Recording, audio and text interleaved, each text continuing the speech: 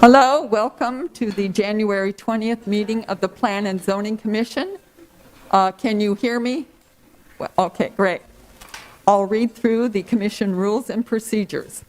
The Plan and Zoning Commission is generally an advisory body to the City Council.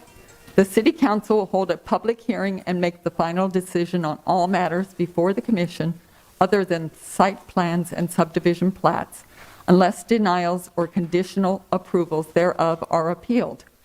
Please contact the city clerk or Development Services Department staff for details on council hearings. Applicant will be given 10 minutes to present the request. Proponents and then opponents from the public are then allowed to speak in that order, with each speaker allowed a maximum of 5 minutes. The applicant is then allowed 5 minutes for a rebuttal. The hearing will then be closed, and the commission will discuss and vote on the issue. All comments are to be germane to the item under consideration, and speakers are to maintain a courteous manner. Items listed on the consent portion of the agenda will not be individually discussed and will be considered for approval in accordance with the recommendation in the staff report, unless an individual present or member of the commission requests that the item be removed from the consent agenda and considered separately under the public hearing agenda. Before we have roll call, I'd like to introduce the newest commissioner, his first meeting, Andrew Lorenz. Okay. And is there a motion to approve minutes of the last meeting? I'll move. Thank you. All those in favor, raise your right hand.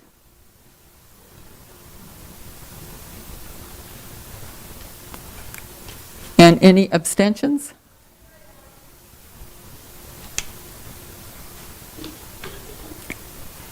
Oh. Abby, Todd, and Chris abstaining, and then Okay, you've got, okay. Okay, I'll start with the consent public hearing items. Item number 1 is a request from Iowa Power and Light Company for vacation of a roadway easement for undeveloped north-south, southeast 25th Street along the east side of the property at 2351 East County Line Road. Is there anyone present who would like to have this item pulled from consent and discussed and voted on this evening? Any on the commission? If not, this will remain on consent. Item number 2 is a request from the Community Foundation of Greater Des Moines for vacation of a portion of the public right-of-way adjoining the property at 1910 Ingersoll Avenue and to grant easement for this vacated portion of the roadway. Is there anyone here who wishes to have this item pulled and discussed this evening? Anyone on the commission? Okay, item 2 remains on consent. Item number 3 is a request from Christensen Development LLC for the following regarding property at 600 East 14th Street. A, determination as to whether requested rezoning is in conformance with Plan DSM, Creating Our Tomorrow Comprehensive Plan. B, an amendment to the Plan DSM, future land use classification from public, semi-public to community mixed use. And C, rezone property from P2 Public Civic and Institutional District to MX3 Mixed Use District to allow the property to be developed as a convenience store with fueling stations. Anyone in the audience who wishes to have this item pulled from consent? Commissioners? Okay, this item will remain. Item number 4 is a request from ABC Partners for a review and approval of a second amendment to the Airport Business Park Phase 2 PUD conceptual plan on property located at 7404 Southwest 37th Street to update descriptions for permitted uses on lots 1 and 2 and to replace the requirement of a 10-foot wide bicycle path with a 5-foot wide sidewalk. Is there anyone in the audience who would like to have this item pulled from consent? Commissioners? Okay, item 4 remains. Item number 5 is a request from Invest DSM for review and approval of a public hearing site plan for property at 1085 26th Street and for a Type 2 design alternative to allow construction of a 595 square foot addition with a 10-foot rear yard setback, which is 20 feet less than the required 30-foot rear yard setback. Anyone present who wishes to have this item pulled from consent? And commissioners? Okay. Item number 6 is a request from U-Haul Real Estate Company for the review and approval of a public hearing site plan for the following Type 2 design alternatives for property located at 101 63rd Street. A, waive the requirement for the primary frontage entryway to be recessed between 3 feet and 8 feet. And B, waive the requirement to underground all electric, phone, cable television, and transmission systems. Anyone in the audience who wishes to have this item heard this evening? Anyone on the commission? Okay. Item number 7 is a request from Drake University for review and approval of a public hearing site plan, Broadlawns Clinic at Drake University, located at 2970 University Avenue, and for the following Type 2 design alternatives. A, reduction of the minimum overall height requirement from 3 stories to 1 story. B, allow a ground story that is approximately 5 feet above the adjacent sidewalk elevation along University Avenue. At least 80% of entrances and the ground story must be within 1.5 feet vertically of all adjacent sidewalk elevations. C, allow a primary frontage build-to-zone of approximately 8 to 15 feet, which is 3 to 10 feet beyond the maximum build-to threshold of 5 feet. D, allow a primary frontage coverage of approximately 30%, which is 60% below the minimum of 90%. And E, allow the construction of a surface parking lot within a side yard when surface parking is only permitted within the rear and limited side yards. Anyone wish to have this item pulled from consent? Anyone on the commission? Okay, those items remain on consent. We have several others that are in agreement with staff, so I'll read those and see if those can be added to the consent agenda. Item number 14 is a request from Michael Ray for review and approval of a public hearing site plan for property at 4410 Wakanda Parkway and for a Type 2 design alternative to allow retention of previously constructed raised pool deck that encroaches into the required side yard setback. The raised pool deck has no setback, which is 5 feet less than the required 5-foot setback. Anyone here who wishes to have this item pulled from the and heard this remain to be heard this evening? So if not, can I have a motion to Why don't you read through all of do them? all of them? Yeah, Okay. read through all of them, and then we'll have one more. Okay. So item 15, request from Perrla Roman for review and approval of a public hearing site plan for property at 3214 Southeast 20th Street and for a Type 2 design alternative to allow retention of a previously constructed 21-foot wide driveway expansion that exceeds the maximum allowed front yard impervious area. Anyone in the audience who wishes this to remain on the public hearing and be discussed this evening? Commissioners? Okay. Item 16 is a request from United Properties Investment Company for review and approval of a major preliminary plat amendment to the creek at Echo Valley Plat 1 for property at 2900 block of Echo Valley Drive to allow the division of the property into one development lot with a proposed office building and 2 additional outlots. Anyone in the audience who wants this to remain on the public hearing? Commissioners? Okay. Item 17 is a request from Get and Go Convenience Stores for review and approval of public hearing site plan and the following type 2 design alternatives for property at 3765 Hubble Avenue for the development of a storefront type building for fueling station limited retail sales. A, allow building to occupy only 15% total primary frontage coverage along the Hubble Avenue rather than the minimum 60% primary frontage coverage required. B, allow the primary frontage built-to-zone to be approximately 40 feet from the property line, which is approximately 35 feet beyond the maximum built-to-zone threshold of 5 feet. C, allow the non-primary frontage built-to-zone to be approximately 178 feet from the property line, which is approximately 168 feet beyond the maximum built-to-zone threshold of 10 feet. D, allow parking and fueling station parking to be located in the front yard area instead of the rear or limited side yard. E, waive the requirement to underground all electric, phone, cable television, and transmission systems. Anyone in the audience who wants this to remain on the public agenda? Anyone on the commission? Chris, okay.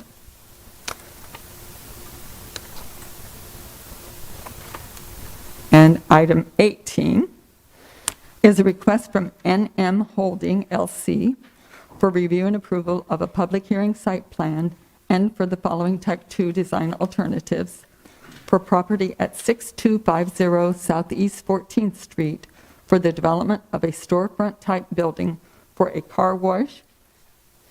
A, allow the building to occupy only 38% total primary frontage rather than the minimum 60%. Allow the primary frontage built-to-zone to be approximately 68 feet, which is 63 feet beyond the maximum build-to-zone threshold of 5 feet. C, allow the garage loading exit to be on the primary street-facing facade rather than the required entrance-exit locations to be located on the rear or limited side yards.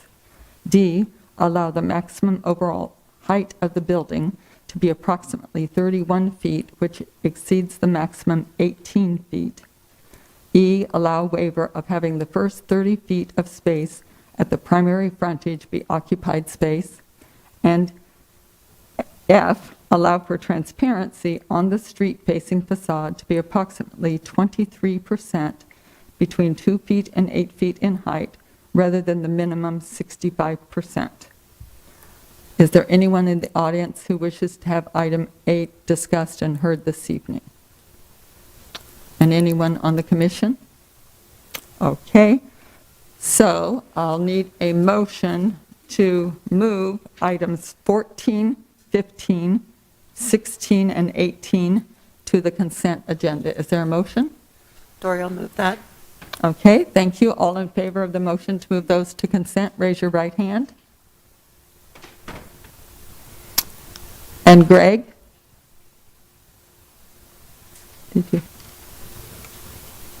Greg, did you hear that motion? We have one commissioner on Yes, via phone. Okay, thank you, Greg. Okay, so now we will vote on the entire consent agenda. So is there a motion to approve the entire consent agenda? Yes, I'll move that, Dory. Thank you, Jan. Can I ask one clarification? I'm sorry, I misheard. So item 8 is in the public hearing, is that correct? Yes. Oh, okay. Any other discussion? If not, the motion is to approve the consent agenda. All those in favor, raise your right hand. Can I say one thing? I'd like to abstain from number 7. Okay. Thank you. And Greg, how do you vote? Yes. Thank you. Okay, we also have 3 items that have asked to be continued, and staff is in agreement on these, and I'll read those. Item number 9 is a request from Jessica Segovia and Jesus Segovia for following regarding property at 351 East Titus Avenue. A, determination as to whether the requested rezoning is in conformance with Plan DSM. B, amend Plan DSM to revise future land use designation from parks and open space to low-density residential. And C, rezone property from N3A Neighborhood District and F Flood District to N3A Neighborhood District to allow expansion of the existing one-household residential dwelling to include a deck and swimming pool. And this has been asked to continue to February 17th. Is there a motion to approve that continuance? Okay. And we'll wait, we have 2 others, and we'll vote on all 3. Item number 10 has asked for a continuance to March 3rd. And 10 is a request for following regarding properties located to the north of Vandalia Road between Southeast 30th Street to the west and the city's corporate limits to the east. A, determination as to whether the requested rezoning is in conformance with Plan DSM. B, amend Plan DSM to revise future land use designation from business park to industrial. And C, rezone properties from EX Mixed Use District to I2 Industrial District. Is there anyone in the audience who would like to have this item discussed? And commissioners, is there a motion to continue then, or? Well, you want to, go ahead and read the third one, and we'll do one notice remember. Okay. Okay, so item number 11 is a request from Jaime Villafana for the following regarding property at 3732 Easton Boulevard. A, determination as to whether requested rezoning is in conformance with Plan DSM. B, amend Plan DSM to revise future land use designation from parks and open space to neighborhood mixed use. And I'll get to the back. And C, rezone property from F Flood District and MX1 Mixed Use District to MX1 Mixed Use District to allow use of the existing building as an office use. So we now have items 8 to be continued to February 17th, item 10 to March 3rd, and item 11 to March 3rd. So motion has been made to continue those. Any further discussion? If not, all those in favor, raise your right hand.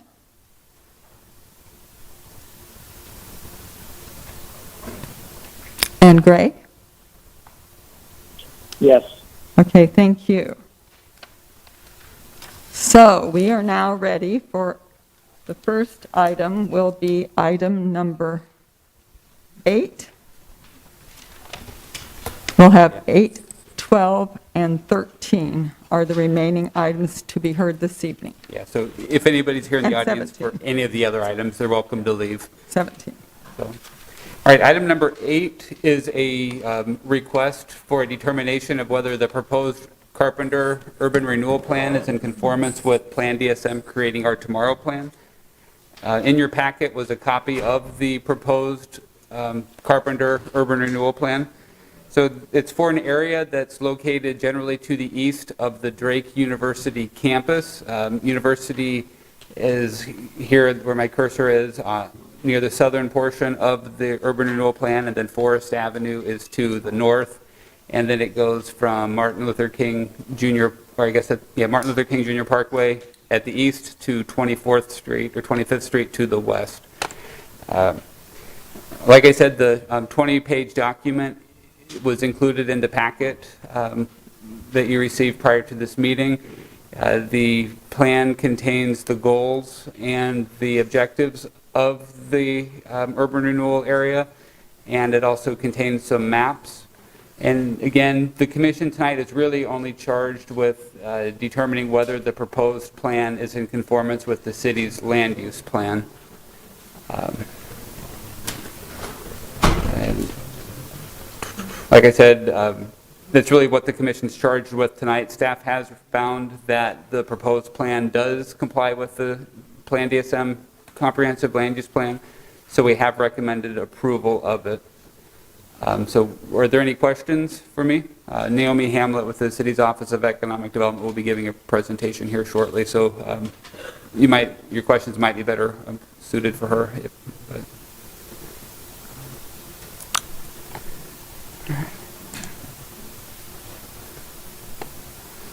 All right, I'll turn it over to Naomi. Good evening, Chair and members of the Plan and Zoning Commission. As Bert said, I'm Naomi Hamlet. I'm with the Office of Economic Development. I'm an Economic Development Coordinator. I've been with the city for about almost 6 years. And I am here tonight to talk about the Carpenter Urban Renewal Plan.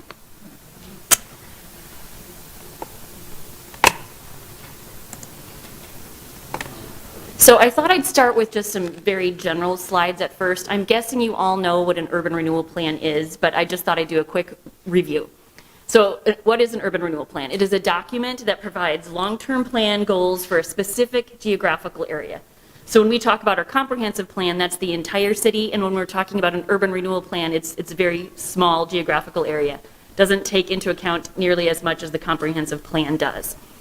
Typical elements within an urban renewal plan include a map of the area, a legal description of the area, the plan objectives, what is it that we're trying to accomplish with this urban renewal plan, why do we think we need it, the relationship to the comprehensive plan, so that's where you guys come in tonight, trying to figure out if this smaller plan is in conformance with the larger city plan. And then a description of each urban renewal project. This isn't required for an urban renewal plan, but most plans do have the description of the particular project that the plan is hopefully going to be accomplishing. In this case, we do have a description of an urban renewal project, which I'll get to. Urban renewal plans also are one of the major economic development tools that cities have. So purpose, what is the purpose of an urban renewal plan? So Iowa law allows municipalities to establish urban renewal areas in order to finance various activities, and we do that through TIF districts. You must have an urban renewal area before you can establish a TIF district. So that's why we want to create an urban renewal area, so later we can create the TIF district. So the various things that could be financed are, I have a few listed here, provide for public improvements. This would be roads, bridges, sewers, etc. We could encourage and assist economic development and retain and grow employment. The way those two things are typically done is through economic development grants toward developers or employers. We also try to reduce slum and blight and rehabilitate and revitalize. This is a little boring, I know, but just wanted to talk about the Iowa Code just for a minute. So Chapter 403 is the urban renewal law. And there's a particular section in there that mentions the Plan and Zoning Commission, which is why we're here tonight. So that is section 5.2.a, and I'm going to read it. Prior to its approval of an urban renewal plan, the local governing body shall submit such plan to the Planning Commission of the municipality for review and recommendations as to its conformity with the general plan for the development of the municipality as a whole. So tonight we are asking you if the Carpenter Urban Renewal Plan is in conformance with the general plan, which is the comprehensive plan. So that was general information. Now specifically about the Carpenter Urban Renewal Plan. Bert talked about the location. The size is about 77.82 acres, and the purpose is in the plan. Encourage the removal and redevelopment of blighted and underutilized property, facilitate development and redevelopment, create and retain jobs, provide diversity of housing options, activate new economic development. And in particular, the plan objectives. And this is from the plan. I won't read all of these.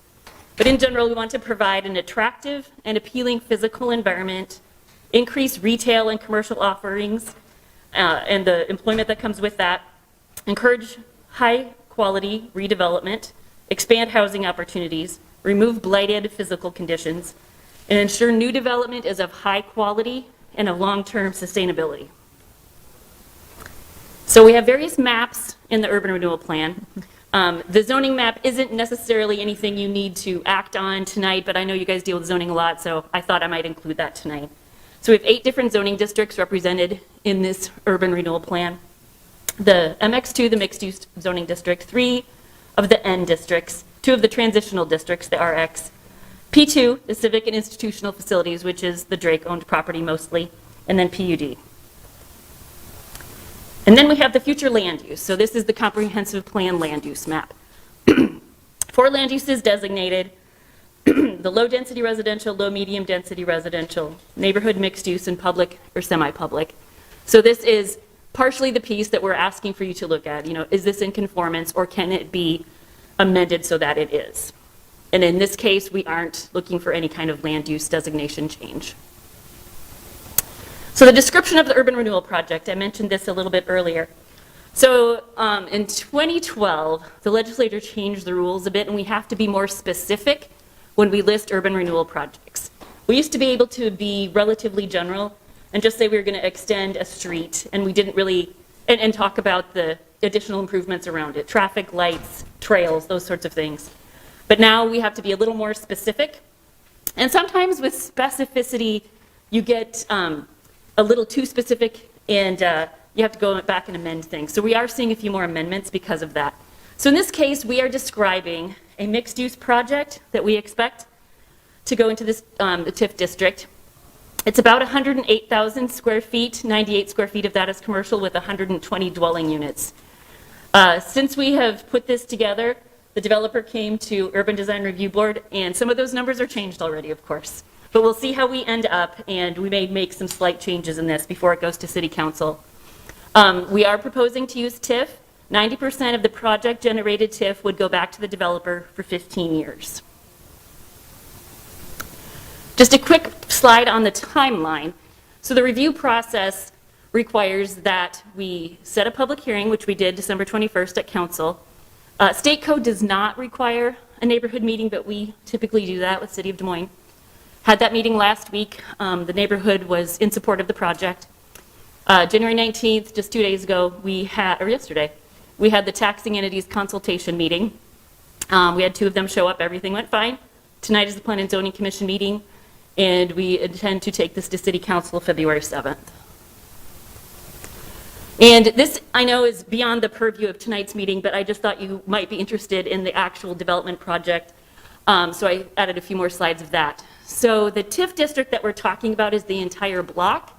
However, phase 1, this first piece, is just the northern half of the block. So this block, which is bounded by 25th, 24th, University and Carpenter, so it's just east of Drake, is made up of 11 lots. 2 are owned by US Bank. 1 is owned by the Varsity Theater. Those are both south of the phase 1 piece that we're talking about now. But all the other lots are Drake owned, and Drake intends to sell to Merge Urban Development for this project. The yellow pieces are the phase 1, 2 buildings with mixed use with the commercial and the residential. And then the blue pieces are the phase 2, which will come back at some point. A rendering of the proposed building, 5 stories with 3 stories closer to the sidewalks. Of course, the residential units and the commercial. 5 different unit sizes. A lot of people ask for the square feet and the rent rates, so I put those in here. It's not expected to be built until 24, so things may change with both the square footage and the rent rates, but at least you know kind of what the developer is thinking about. 20% of the residential units are going to be affordable, 10% at an 80% AMI, and 10% at 65% AMI. This 20% is the highest that any developer has done as far as the the affordable units. They will be doing at least 4 electric vehicle charging stations and rooftop solar arrays. And that is all. Any questions for me?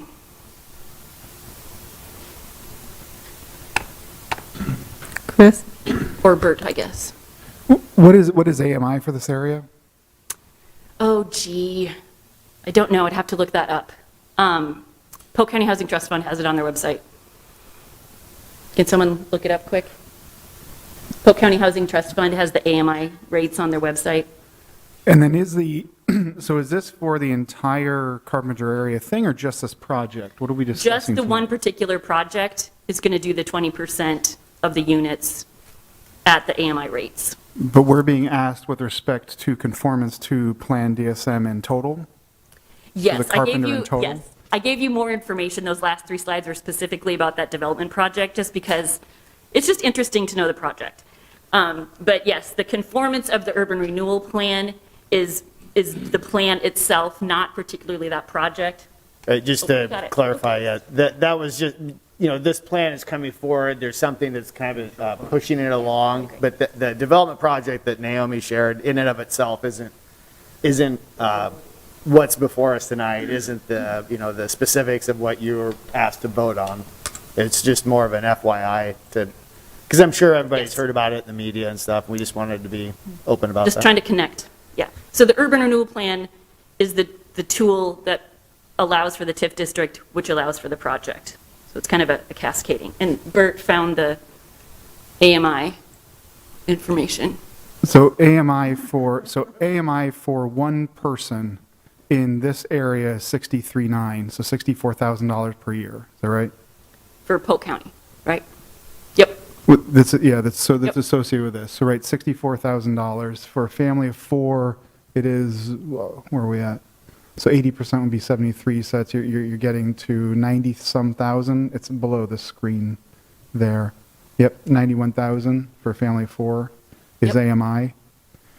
Do we know what the effective housing affordability of this region of town is? Like, for example, we do know that, we know that affordability is 1.3x AMI, and we know that affordability ceases to be accessible once we sort of exceed 30% of monthly take-home income. Do we know with respect to Carpenter as a whole? Because obviously, this project, there's right next to, that we're identifying, right next to Drake, awesome project, right around the Varsity Theater, sweet. Right down the street from me, can't wait for it to be done. However, we're looking at the whole of Carpenter, and we're starting to look at what is 30% of monthly take-home for the entire Carpenter. Do we know what that is? I do not have that. We would have to do it by census tracts, which we could probably get close, but we wouldn't have the exact boundary. Because I do, like, for example, like Evict Iowa is like doing work on what true affordability is, because I think there's a significant diversity in this part of town, and if we are to use TIF in the way that it is actually proposed here, I guess my question is, has anything, sorry, a few questions, sorry, as you know. So is anything in this plan different with respect to how TIF is intended to be used, following this being approved and following a TIF district coming in? Is there anything in this plan that is intended to be different than what was proposed in the Douglas Corridor plan we saw a few weeks ago? With respect to our strategy of deploying TIF for this area? So the plans are more general, and they say that housing, diversity of housing units is a goal or an objective. So they would be similar in that regard. And the plan doesn't get specific as far as numbers. It wouldn't try to list rent levels in the plan itself. So that's where we get into the development agreements. That gets more specific and ties to a particular measurement tool, which in this case would be Polk County Housing Trust Fund, the AMI stuff. But the plan itself is general, if that answers your question. Maybe. So as far as, we don't have anything, we haven't identified any strategies we're intending to pursue here to ensure that we aren't causing displacement of individuals who would be, basically priced out of this. Or for example, is there any, do we have any strategy that will hopefully either reduce displacement of individuals who live here, or if displacement occurs, that will minimize the impact of their access to services or to other housing? Well, in this case, I'm getting specific with this particular development. I don't believe there are any units that will be displaced. Yep, exactly. I don't think, I So- agree there, but the but plan all of it's- Carpenter. The plan itself does not address displacement, I would say. There's no specific strategies. It's general. Is there any reason we couldn't actually tie into our plan or into our development agreements some other way to make sure that we aren't seeing negative displacements or inequities we see with TIF? Again, because TIF, the data on TIF indicates that the community is typically subsidizing the developers, and if we're saying that we want to make life better for the community, I'm not sure we should have them inequitably subsidizing these projects without some types of restrictions. So I think, Chris, what's before us tonight is just approving this, the urban renewal plan, not the projects or pieces within it. Fully agreed. I think what it's saying is Yeah. they're asking whether or not these plans are in conformance with Plan DSM and our wider Right. plan. Right. Paraphrasing, one of the main objectives of the overall plan is essentially economically equitable and sustainable investment Right. policies. My argument would be this again: if we are not actually putting in any restrictions that are going to avoid the economic inequities that we see, or not going to be preventing the displacements of those who reside in that area, then we're again, don't appear to be, although I understand, I actually read the document, I get it, I know that we're saying we think this agrees with it, Yeah. but that piece, economic, equitable, and sustainable investment policies, with no statement of what our strategy is for ensuring we get that, seems that we're again not in conformance with the overarching mission of Plan DSM. Were you going I was just going to, offer again, just, what Dory said. And, the TIF is challenging, and we've had some meetings, some conversations, and it is beyond what the commission is looking at tonight. The other point I did want to make is this is a public hearing item, so we also need to see if there's anybody in the audience who would like to speak on the item, and then we can come back. The commission can close the hearing and then have discussion and ask, that sort of stuff too. So just from a procedural standpoint, let's not forget about asking if there's anybody in the public that wishes to speak on that. Sounds good. Yep. Okay, yeah. So now I will ask if there's anyone in the audience who would like to speak in favor of this agenda item.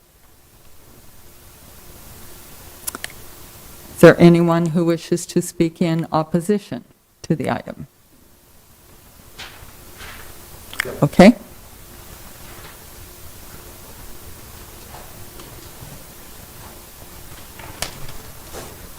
And you have 5 minutes. Oh, damn. We do, name and address as you introduce yourself, please. Okay, Taylor Weber, 1334 Cary Avenue.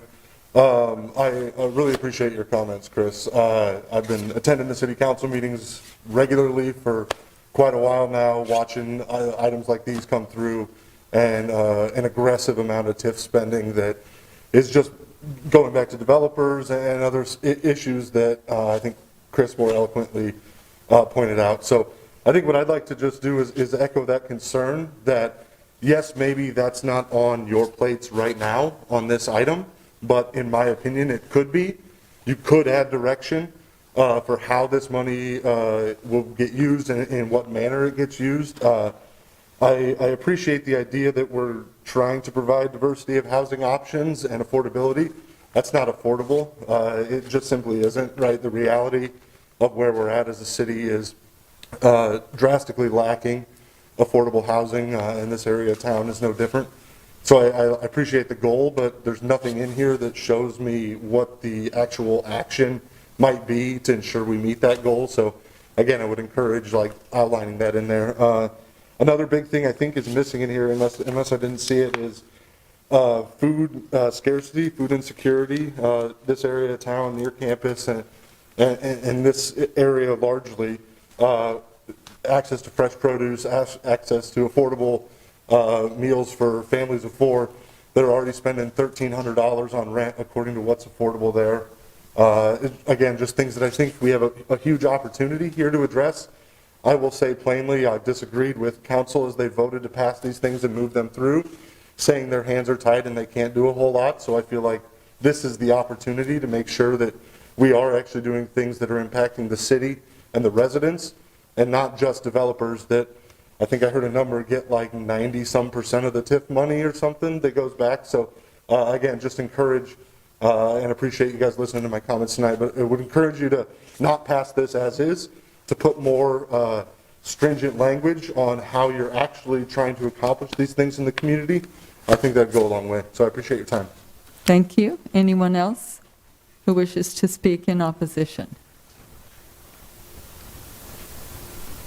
Okay, and do we have any questions? Oh, another person, okay. And please state your name and address and sign in on the sheet too. Oh, yeah. You can do that out of your speak if you like. Perfect. My name is Brandy Weber, 1334 Cary Avenue. I'd like to say this is actually not why I even came here, but I felt compelled to speak on it because I too agree with Chris. When looking at projects like this, before you just blindly send it to the city council, you have a responsibility to think of the full effect it's going to have on the community in which it resides. And in order to do that, you need to put strict language in place that protects our community from gentrification. Long story short, we need to make sure that before we start rezoning things for big developers, we are making sure that those developers are committed to helping our community. I want to see some of these apartments available below the poverty line. I want to see them available well below the poverty line if we're going to make any sort of impact on the houseless crisis that is plaguing Des Moines right now and the affordable housing that is almost non-existent. You can make that change by looking at these projects more than just what's on your plate right now and taking into account how it's going to affect Des Moines as a whole and what impact you can have, what positive impact you can have on our community to ensure that if these people are going to be getting TIF funds, then what are they doing to make sure that they are helping us solve our social issues. Thank you for your time and for all of the various calls for public comment. That's something that we don't see at the city council meetings. So I really appreciate you taking the time. Thank you. Anybody else who wish to speak on this item? If not, are there, commissioners, do you have any questions for city staff?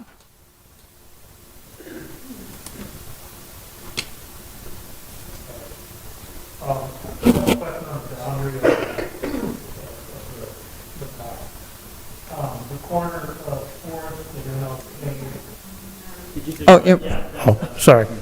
I have a question on the boundary of the map. So the corner right there where you have the cursor, there are a number of properties that I question why they're not included in the boundary, as well as the old Cardinal Cleaning Building and the building directly east of it. Because we went down and we grabbed whatever we wanted south of University, grabbed a little bit north of Forest. If we're only improving one side of the street in certain locations, the other side is just going to look worse. Yeah, I'd probably let Naomi address that. I know these are some fairly new townhomes up here. CCI's office building is here. There's That building right there. church. Is there a church in the old Christian Printers building? It's really the corners, in urban design and all of that are what, Yeah. look where the I'll let merge. Naomi address that as well. So part of the reason to go as far east as MLK was that is the boundary of our opportunity zone. We expected perhaps some developers would be interested in that opportunity zone. I don't know if you're familiar, just very quickly, it's a federal program that allows tax breaks for any sort of capital gains that are invested in opportunity zone areas. The idea is to try to get additional investment in particular zones across the country, and this is one of those. So that is why we went all the way to MLK. Beyond that, we had a group of people who were looking at various development sites that we thought would work in this zone. It included Drake University, NFC, Neighborhood Finance Corporation, a few others. And some of those along the south side of University there and along the north side, those were some of those spots that we thought might have potential. So that's why we did that. Most of the time on the south side, it was commercial areas. We stopped when it became residential, I think in all cases on the south side.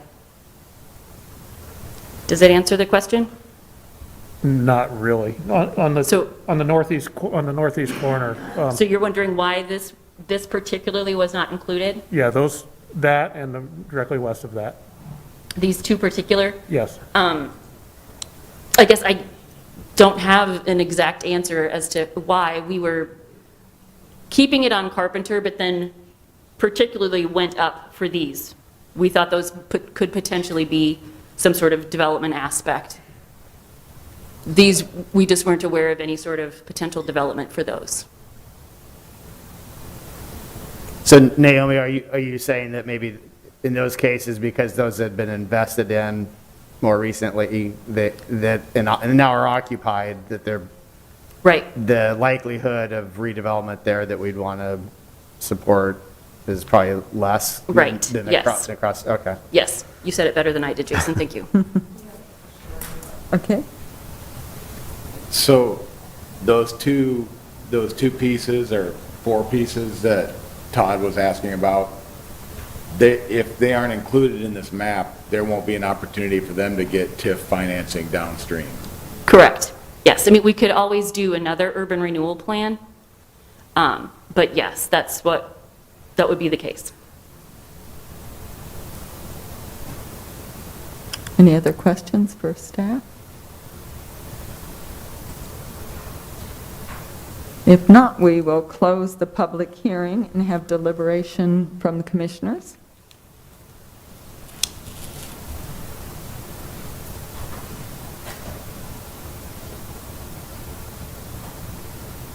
Any other comments, or someone want to make a motion at this point?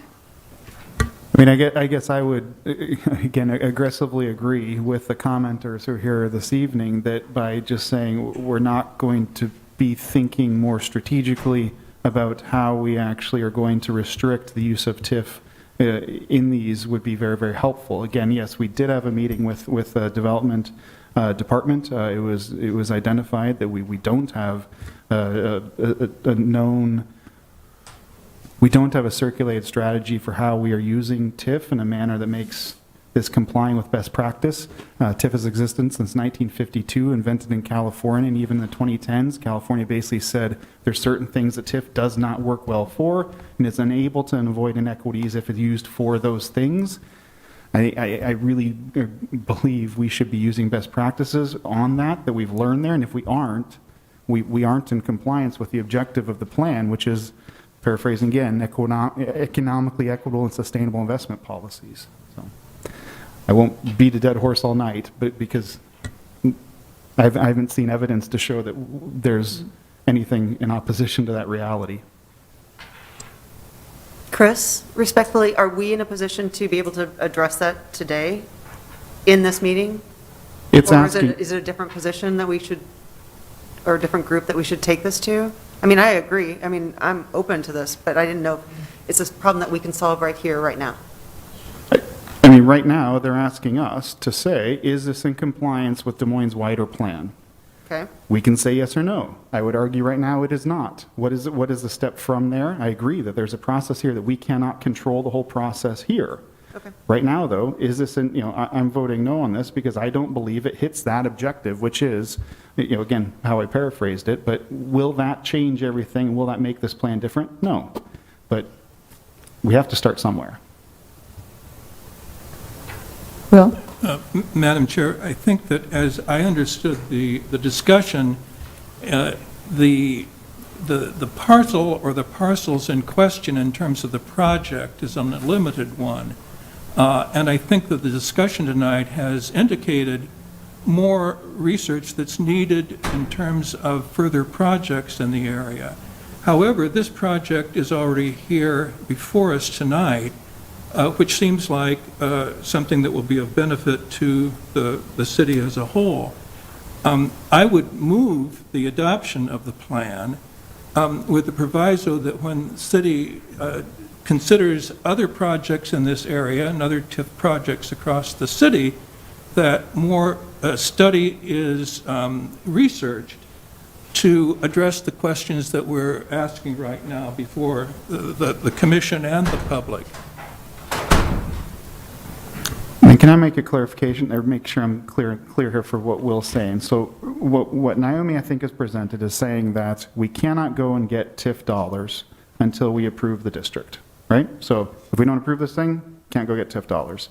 This project right here has seemed to indicate, as every developer does, that this project cannot go forward, even though it's going to make us tons of money. It cannot go forward without the TIF dollars because the market won't support the investment in this, even at the margins that we're projecting for this, without those TIF dollars. So If we're saying that the project is good, I agree with this project. I really, really am hopeful for this project. I think Drake is a responsible investor in the community here. I think they're probably the best developer we could be having. To take the active interest they have been taking over the course of the years, not disagreeing with that. If the question is, what do we do? If we say no on this plan and we get overruled, fine, the plan keeps going, right? If we say no on this and someone listens to us to say, well, no, this plan needs to be revised, then the plan would have to come back and be revised in order to get the TIF project going, which would hold up this project. Is that a correct sequence of events? No, I mean, the commission's in a position to make a yes/no recommendation to city council, who will make the decision on whether the plan conforms with the comprehensive plan. So I think what he was discussing, that would make a motion needs to be a yes or a no kind of thing, but it could include other things that you're recommending be considered, like Will was kind of laying out. And that is what that was. Your motion. That was your That's motion. the I motion. thought you said that was your motion, but I didn't want to speak for you. I had that you were moving approval, but that you would like TIP to be studied and to address the question. I mean, we'll come up with better language after, we'll listen back to the dialogue, but to address the issues that have been raised. And that's kind of a message in your motion that will be, we send on what your vote is and what your, whatever the motion was onto the council. That'll be part of the record that gets received by them. So the current motion is approving the plan as it is with no restrictions, with the recommendation that we put further restrictions on any development agreement that in the future comes out of or is within this area. Is that right? And as was mentioned earlier, the urban renewal plan in itself, that's not a development agreement. We only, as a point of interest, showed you that project and talked about the specifics of it as a point of interest to understand what is starting the process of looking on this urban renewal plan. So I want to make clear that the commission and to the commission and to the audience that the commission's not voting on the mixed use project. That's not before you. The particulars of that, whether or not it should receive incentives, what's before you is the larger urban renewal plan in and of itself that's very broad, that talks about the points that Naomi mentioned of addressing housing and infrastructure and other things. That is what's before you, this document that's being flipped through. And that's what you're asked to make a yes/no recommendation on. If you want to add other things of things that you would like addressed, like Will has done in his motion that's on the floor, you certainly can do that. That'll be part of the record. It'll be received by the council. Would you repeat the motion again, please? So the motion is that Will is moving that yes, the Carpenter, I wanted to get the right name, Carpenter Urban Renewal Plan is in conformance with Plan DSM, and that as in the future that the commission requests that TIP be studied to address some of the questions and discussion that has been raised here today. And I would add that would be done before a presentation like this tonight, so that we have an informational, that we can get more acquainted with how things are operated, rather than doing something as it were on the fly, like tonight. Andrew? I think maybe what's uncomfortable for me, and this is my first meeting and I'm very green, is that we're not being asked to vote on the specific project that's being kind of proposed or discussed. But for me, it's hard to imagine how the TIF is going to be applied in the future to improve the other 95% of that area inside the map. So that project that Naomi showed us is going to happen maybe, and that's why we need the renewal district, and that's why the plan needs to be amended. But like, what else good is going to happen from this? Like, what if we don't think that one project is good enough to amend the plan? So what are the other, why is this good?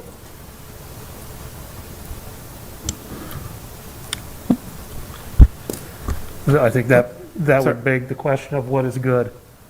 Our future projects, this is the tip of the iceberg in a TIF district. I mean, this is just going to spur further development. And if affordable housing is going to be a criteria, that needs to be a criteria for the developers that come into economic development. I don't believe that's underneath this group. But as other projects come online, affordable housing is going to be removed from this area. They're going to say it's replaced with affordable housing. Hopefully it is. I don't know. That's going to be, this is what happened in downtown. This is what happens everywhere there's a TIF district. One project starts everything rolling. So, I look at this as this site will essentially be 90% of a church for the next 15 years, returning nothing back except to itself, 10% back to the neighborhood. So. Did you have an? Yeah, I just wanted to add a comment to conversation. I know there's a motion on the table, but, it seems like we are taking these plans differently. We had the Douglas renewal plan not that long ago. We had an early session with a presentation. We were able to ask many questions 30 minutes before the actual meeting began. And then today it's just, we had a presentation from Naomi, so thank you for that. That was very helpful. But I also question, why is this project by itself triggering this plan? Because this is an area of town that has a momentum going. There's a lot of development that's taking place along University, along Forest, thanks to Drake in major part. So what is triggering the need for this specific district? And I think that's also concerning others here in the commission as well. So I have a hard time reconciling that when there are other parts of town that may need this as well. So how are we prioritizing? I know this is hindsight now that the presentation is over. How are we prioritizing these plans? Why are these areas? Is it the project itself that's triggering this? That's why we have to move quickly? Again, I'm not going to continue on this tangent, but essentially, there is an area of town that we see a lot of development taking place without this district. So why are we not letting that happen organically? Those are the questions that I have before we get to vote on this motion. I sort of want to echo that because I think Naomi indicated that opportunity zone is one of the drivers of this. There's a project here which actually we're also saying isn't actually being shown to us right now. It's a project that theoretically maybe hopefully this will go, and it seems like it will. But to your point, it's already going without, right? TIF is supposed to be an investment but for, right? Or it's a need. We need this thing, otherwise this won't go, right? Which also leads us to the other question of affordability. What is affordable, right? I mean, again, affordability, our definition of it, we don't have to be restricted. If we say, yep, we're going to have more affordable housing at $90,000 annual salary is a very, very different animal than affordability that currently exists in that neighborhood. I mean, I think we're taking out a pretty, popular bar too or something, theoretically. So, I think that the overarching plan of where this is going to go needs to be better thought through, whether or not the trigger is one that we don't have control over, which is the opportunity zone which exists there now. I just hope we do in the future give more thought to what is the actual strategy we're trying to deploy with this funding mechanism that we're using. Because the data does not indicate that these things pay off when we aren't investing just in public housing or infrastructure, which is what the data over the past decades has seemed to prove out.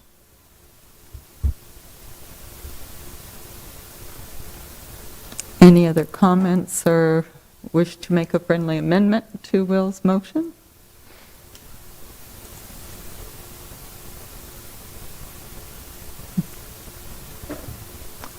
If not, we do have a motion on the floor, and we'll proceed to vote on it. And Jason, would you mind reading that one more time? Will made a motion that the commission find the Carpenter Urban Renewal Plan in conformance with Plan DSM.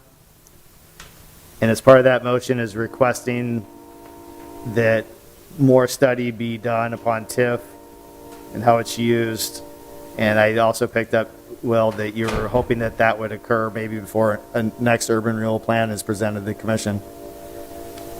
That's what I have in That's your notes. correct. Okay, Correct. so that's what I have as the motion. May I offer one friendly amendment? I'm sorry, Will, would we be able to add that the city study the effective housing affordability of the region being impacted, i.e. a survey of those residents, what the actual income is of those residents, allowing us to understand what is the actual level of affordability in this region, as opposed to just using Polk County-wide numbers. Because the Polk County averages do pull up things when we have microeconomies here. I would accept the friendly amendment if you can make it simpler for people to understand. I would like to have a follow-up where a survey is done of actual average earned income for the region encompassed by this Carpenter plan. I'll accept that. Okay, all right. That was a challenge, I will. Sorry, thank you. We have the motion on the floor. All those in favor, please raise your right hand.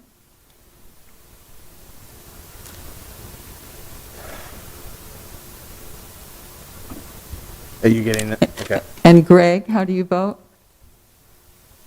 Yes. Okay. So motion passes. Oh, Yeah. those opposed, I'm sorry.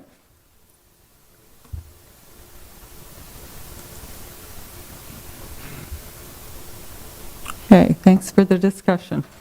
I'm sorry, you said there was 4. Did somebody vote? 4. No, or Carolyn. Okay. 4, Thanks. 4 no. Okay.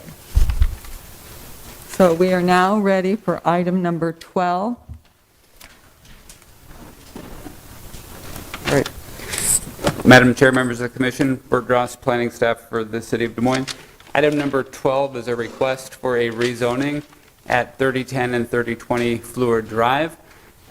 The applicant has requested that the 2 parcels be rezoned from the N3A district, which is a single household residential district, to the NX1 neighborhood district, which is a multifamily district.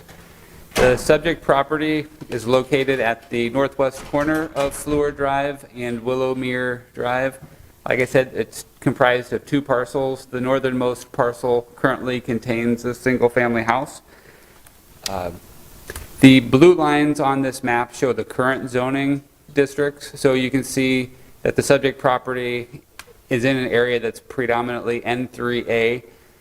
Just to the north, there's 2 houses in between the subject property and this apartment complex to the north.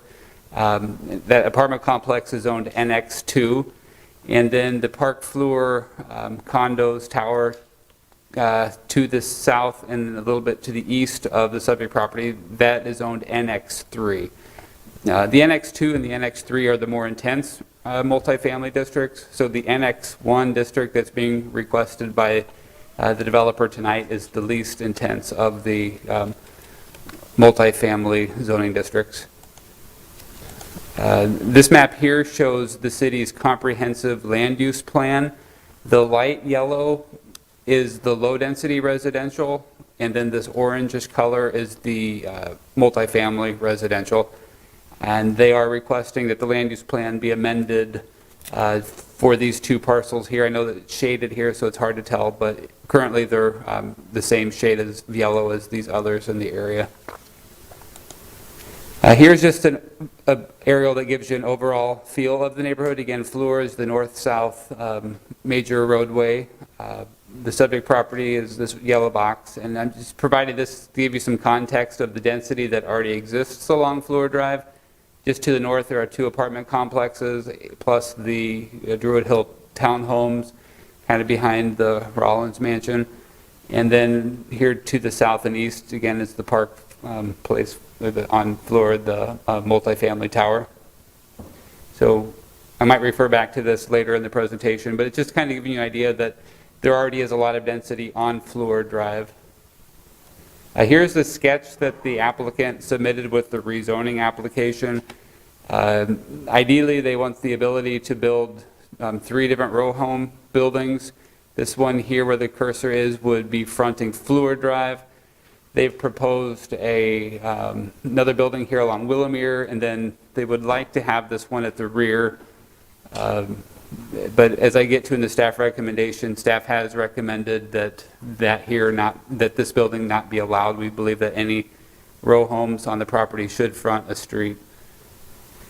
And again, they are wanting a total of 15 dwelling units on this property. They provided some conceptual elevations that show what the townhomes would look like. This is one example, and then I think this was the original. They revised it to this version here where they spread the facade materials out more. And again, the site plan is not before you tonight, so these are just some conceptual elevations that they've proposed. It's not anything that the commission is approving tonight. Now I'm going to go through a series of photos to give you a feel for the area. This is that existing house that would be removed. This is that vacant lot. Again, these photos are both taken from Fleur Drive. And this is looking at an angle towards the across the site. Again, I believe this is looking from Willowmere. This is on the east side of Fleur, looking up at the site. So this house here would be removed. This is looking north up Fleur from Willowmere.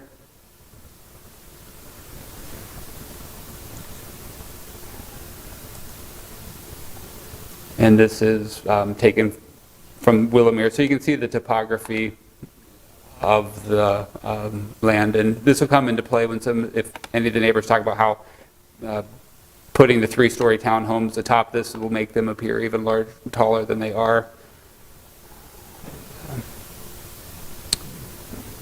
Again, this is looking from Willowmere across Park to the high-rise that's just to the south and east. So staff took a look at it, and we believe that the Fleur Drive corridor is the appropriate place for multifamily. It's in the city's goals and objectives to provide density where we can. We feel that this site is appropriate for some level of multifamily. As I'll get to in the conditions, we don't believe that it's necessarily the intensity that they're proposing in the diagrams, but we do feel that there is some ability for multifamily. So the conditions that staff has recommended, we don't believe that there should be a drive approach from Fleur Drive. We feel that the only drive approach should be coming from Willowmere. We've recommended that there be no more than 15 dwelling units on the site. We've recommended that all buildings with dwelling units in them shall front a public street. That would prevent any building from being built at the back corner that would kind of face the rear property line or their side property line. And then we also believe that any building that fronts Willowmere should not exceed 2 stories or 24 feet in height. So if they're able to make a 2.5-story building work that's 24 feet or less, staff would believe that would be appropriate. But I would just mention that given these conditions that all primary buildings have to front a public street, it would probably be a challenge for them to get 15 dwelling units on the site, but they might be able to be creative. But like I said, our recommendation really is that they should just have row homes front the streets. So I'm going to go through some letters that we've received. Here's the consent map. You can see that we've had a significant number of cards come back in opposition. More than 20% of the land within 200 feet of the site is in opposition. So when this gets to City Council, it will require a supermajority vote, meaning that in order for the rezoning to pass, they'll need 6 of 7 council members to vote in favor of the rezoning. And we did get 4 comment cards back in support, which are residents of the Park Fleur. And here's the first 4 are just the cards in support. However, they do say no drive from Fleur Drive, no drive approach from Fleur. And I'll go through these quickly, so if there's any you want me to come back to at the end, I can do that as well. While Bert's doing that, I do want to just note that the NX1 district, Bert had used the term multifamily, but in that district, you're only allowed to do row buildings, which are a single unit, or we have two house types that you could do up to like a fourplex. So I just, the zoning really is, NX1 is pretty limited in what kind of, multifamily. Row home, we typically think of that as individual property, but it's just multifamily in the sense that they're sharing common walls. Is there a height restriction on the NX1, or is a 24-foot an additional item? And would that be binding in this case for this change in zoning? Yes, it would be binding. I believe the 2.5 stories is the standard, but then with a type 1 or type 2 design alternative, you could ask for more through the site plan process. And so what our condition would do is just right off the bat say on Wilmer, 2 stories, that's it. And so you wouldn't be able to ask through the site plan process for a relief of that if it's a zoning condition. Does that make sense? So, sorry, apologies. I thought I was understanding. So if this is approved in a change of zoning, as the way it's written right now, we're recommending change the zoning with a height restriction. The way that this is going through, if someone comes through and says, yeah, I want a 4-story one, and they can even get approval of the surrounding area, that's not something that would be possible, or that would require a rezoning It would again? require rezoning because once it's a zoning condition, you can't, there's no waiving that without going back through this process. Right.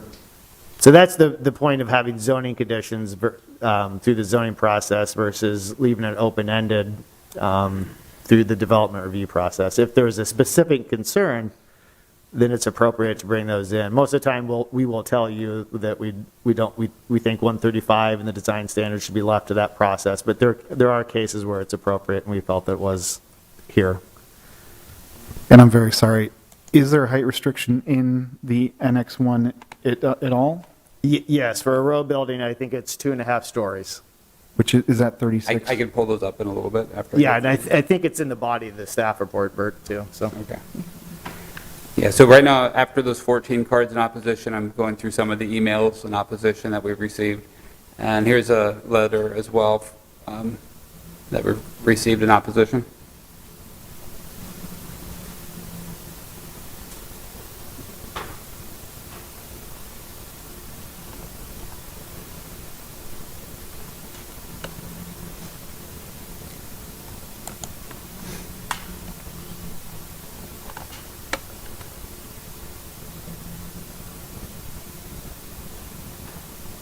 Are there any other questions while I scroll through these?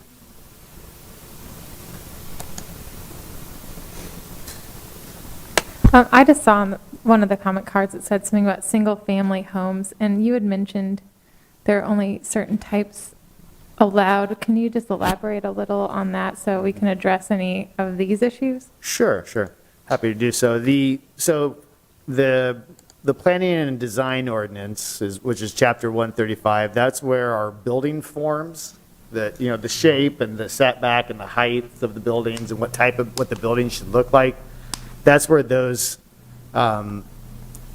standards are housed. And so 135, chapter 135 of the code, in the NX1 district only allows the row building type, which Bert's finding it, but I have it on my computer too, which would allow a 2.5 story up to 2.5 stories. There's also house types C and D, which C and D are kind of, one is more, C is probably more of the cottage style, and then D is more of the kind of traditional 4-square type housing. And those can be 2.5 stories as well, I believe. But you can use that house form in a multifamily district to house up to 4 units. So you could have a fourplex in something that looks like a traditional fourplex house. So what you could not do is have like a traditional apartment building. Yeah, so up on the screen now is the specifications for a row house building, or the row building type, which is NX1. They would have to comply with this first column here. The height is on the next sheet. Yeah, I'm just going to point out here, it says that each building has to have at least 3 units in any building with a maximum of 5 units in any building. And I mean, this is a lot of information, but anything that you're seeing here, you can get relief of this from the Planning and Zoning Commission, or certain things can be waived by staff. So that's why, as staff, we are recommending on Willamere, just 2 stories. It's in the zoning, is a zoning condition. There's no discussion about it ever, again. But if we don't have that condition, then it could be 2.5 stories.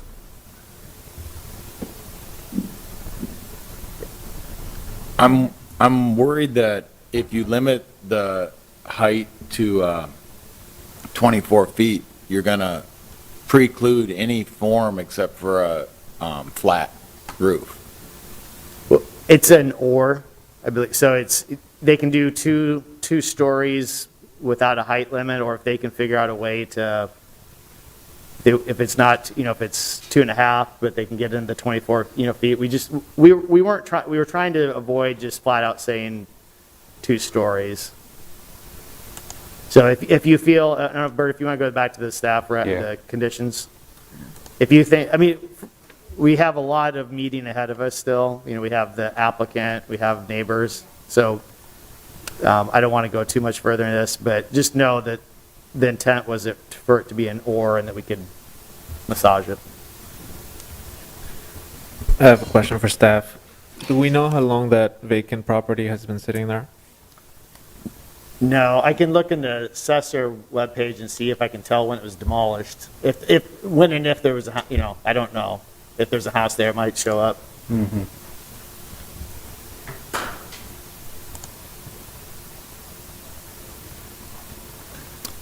Any other questions for Bert? If not, we could hear from the applicant. Please come forward, state your name and address, and you have 10 minutes. Hello, my name is Adam Searin. My address is 3315 Waco Court. I'm here to present, as we said, about this development on Fleur. Little history about me: I own Premier Construction. Been in business 17 years, born and raised on the south side. I recently purchased a home in the Southern Hills neighborhood. I'm a member of George's Southwestern Hills Neighborhood Association. I presented this a few months back on the Park Fleur location, and I retracted my application because of the response of the neighborhood. So I moved down to the north and presented it here at Willowmere. Before I go into that, I do have a couple other projects I want to just show some history on. I have a project on south of the river. Yeah, Doc. Yeah, there we go. The Elevate Townhome project that we're doing. This is in a blighted area, and we recently purchased the bar and have closed that down because of the violence in the area. So this is a positive impact to the city.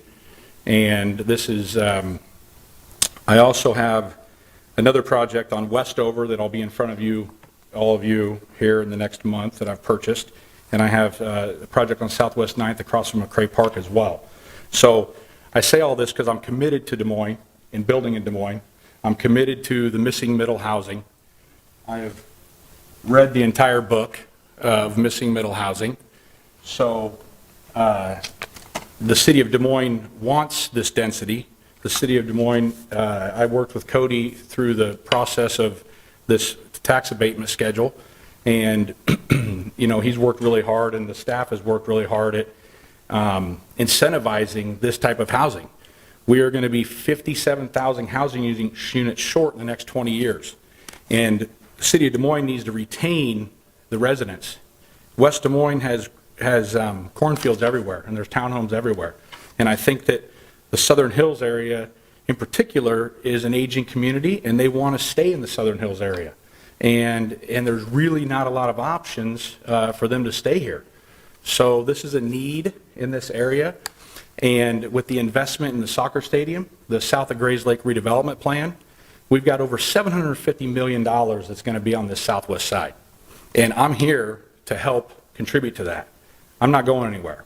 And I've purchased a home in Southern Hills.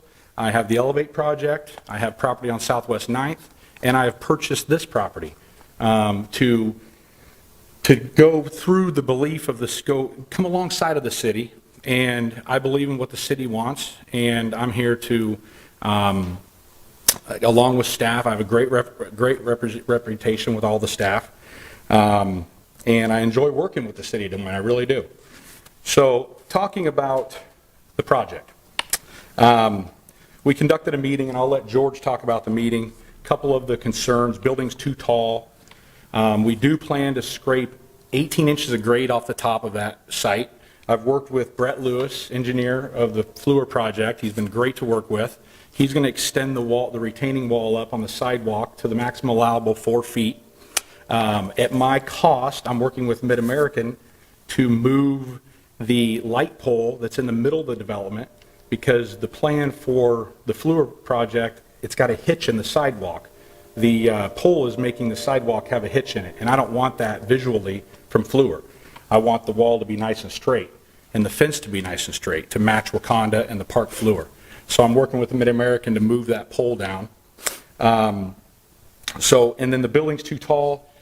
It's really hard for me to listen to that complaint, because we've got a high-density high-rise catty corner. So, I mean, I look at the responses from the Park Fleur, the opposition, and it's like, how are you going to look down on this medium density from your high-rise? I mean, it's falling on deaf ears, if you ask me, on the Park Fleur project.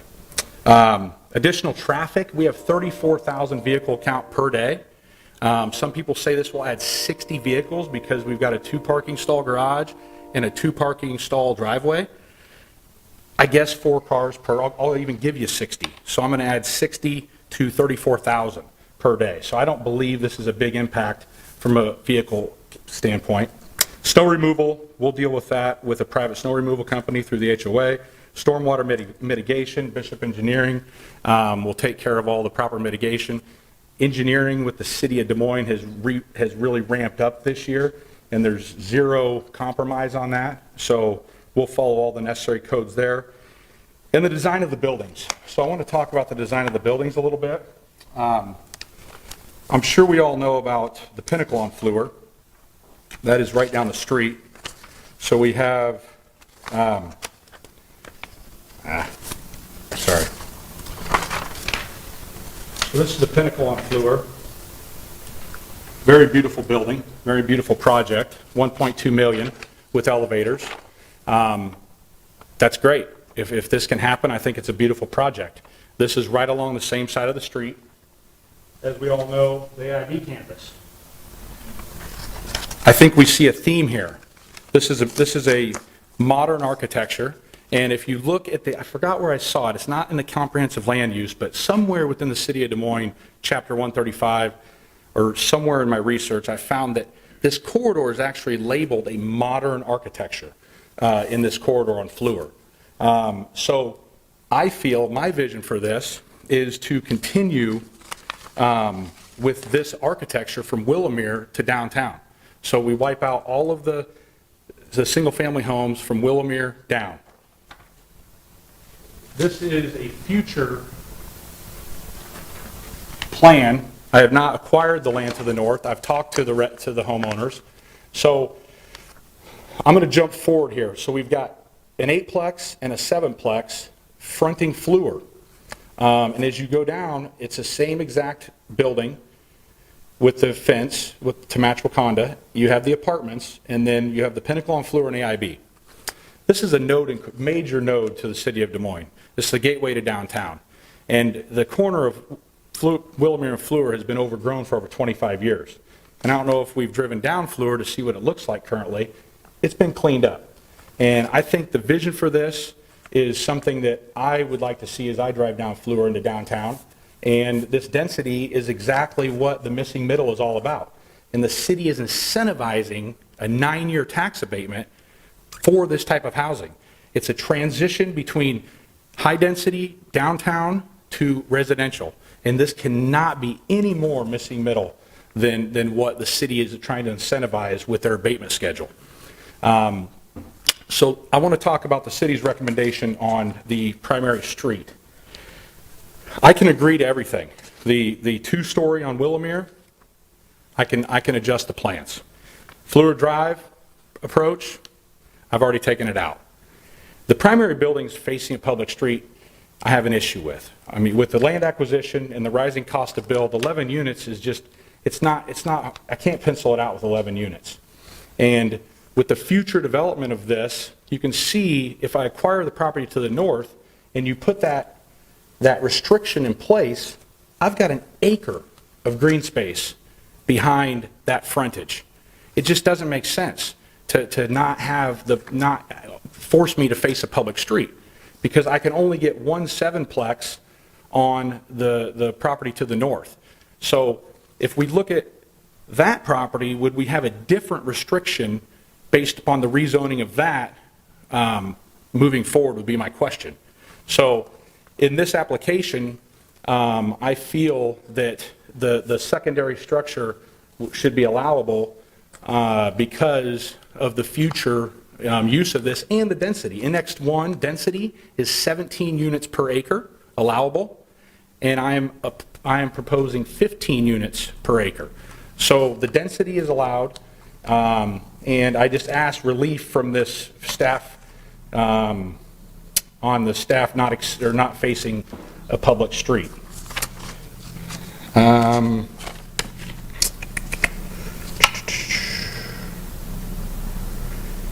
As far as the architecture goes, I've kind of touched on that. Listen, I just bought a brick mid-century modern in Southern Hills.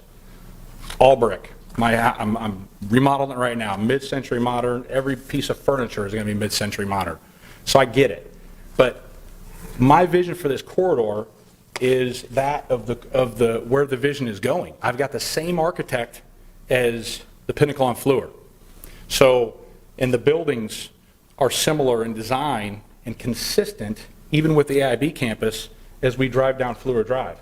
So the vision goes further than what I'm trying to impose on the neighborhood. It's consistent with the current architecture, the vision of the future architecture for this corridor.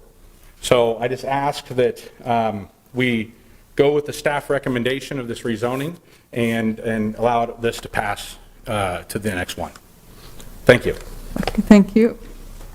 Is there anyone else who wishes to speak in favor of this applicant?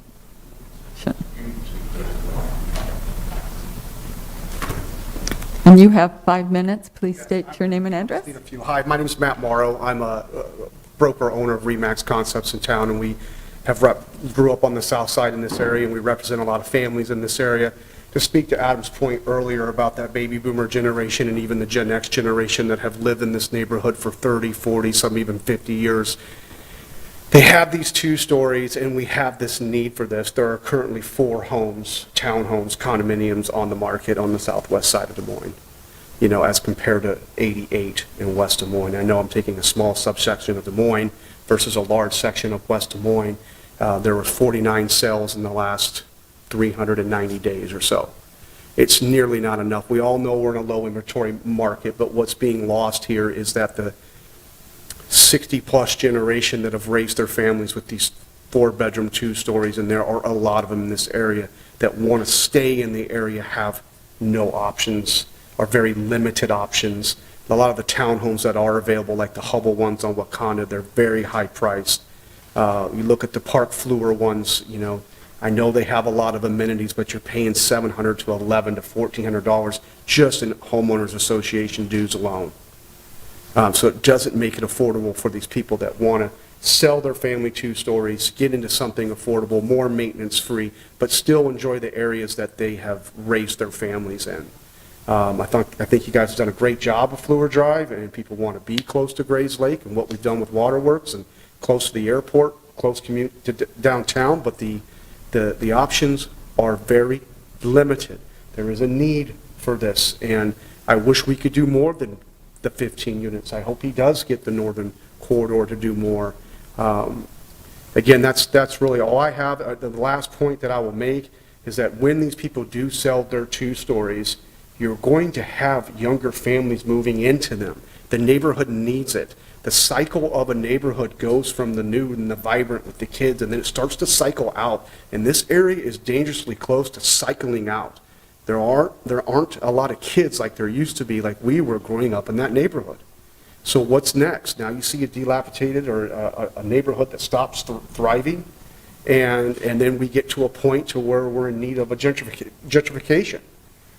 We don't want this to happen to this area.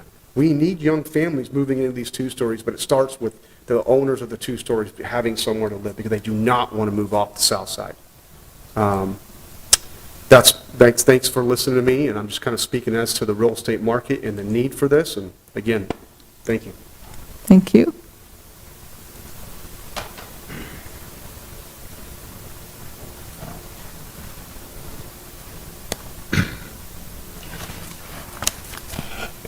Madam Commissioner and Commissioners, my name is George Davis, and I represent Southwestern Hills Neighborhood Association. Thank you for allowing me to speak. Adam, the developer, met with the Southwestern Hills Neighborhood Association general meeting in August on a plan that would include Park Avenue, and it was a brownstone project on the corner of Park Avenue and Fleur. And we had over 104 members attend that meeting. We have very good turnout in our membership at Southwestern Hills Neighborhood Association. And of the 104 members, and on that presentation, there was probably about 95 that were against that project on Fleur and Park Avenue. At that time, Adam expressed that he would come back with an alternate plan if people would accept that. And he stated at that meeting, what if I were to go north and in a less intrusive area? And so he did come back with a project at Willamere and Fleur Drive, which we're addressing today.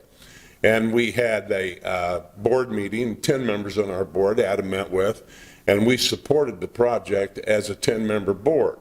And that was all that was required, but in Southwestern Hills, we do want general members involved.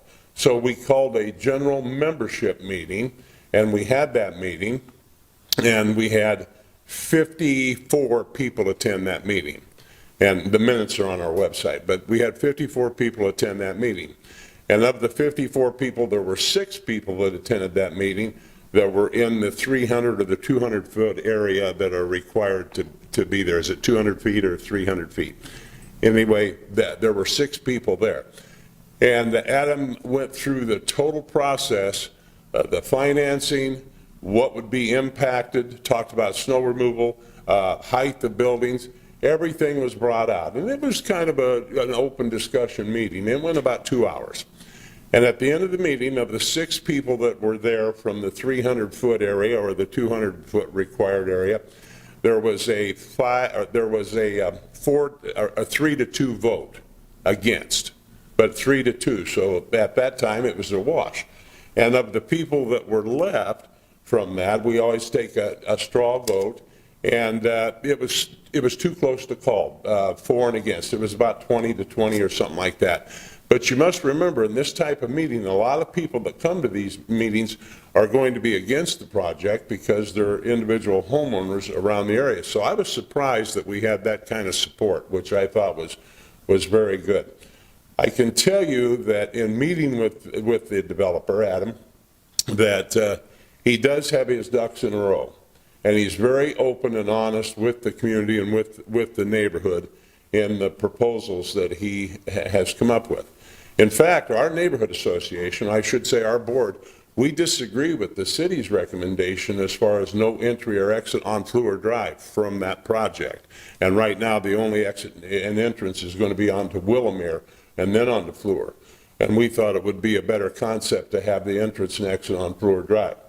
But we took a vote again from our board, and we strongly support this project on a 9-0 on a 10-member board. It was one person wasn't there, but we had a 9-0 vote for the project. We still support it. And reflecting on Matt's comments on the real estate, we do need housing in the neighborhood. And if I were to take you on a tour of Fleur Drive, I want you to imagine coming out on Fleur Drive on Park Avenue, and you're going north towards Grays Lake.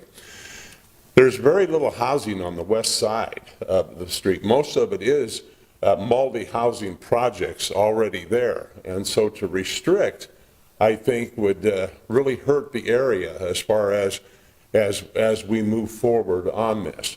Now, Fleur Drive does have housing on the east side of Fleur going north. There is housing there, but very little housing on the west side as we move forward.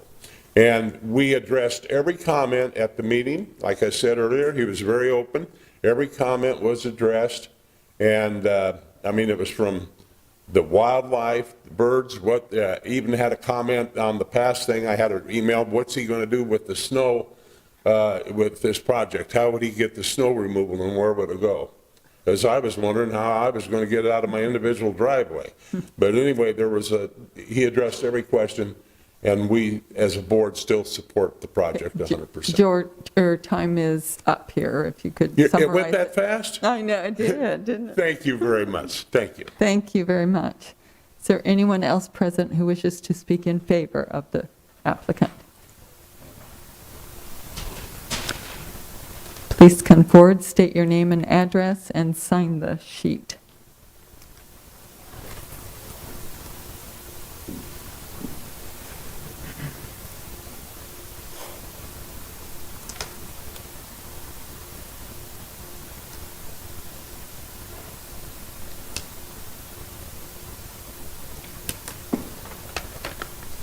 My name is Kevin Lammer. I live off 3006 Fleur Drive.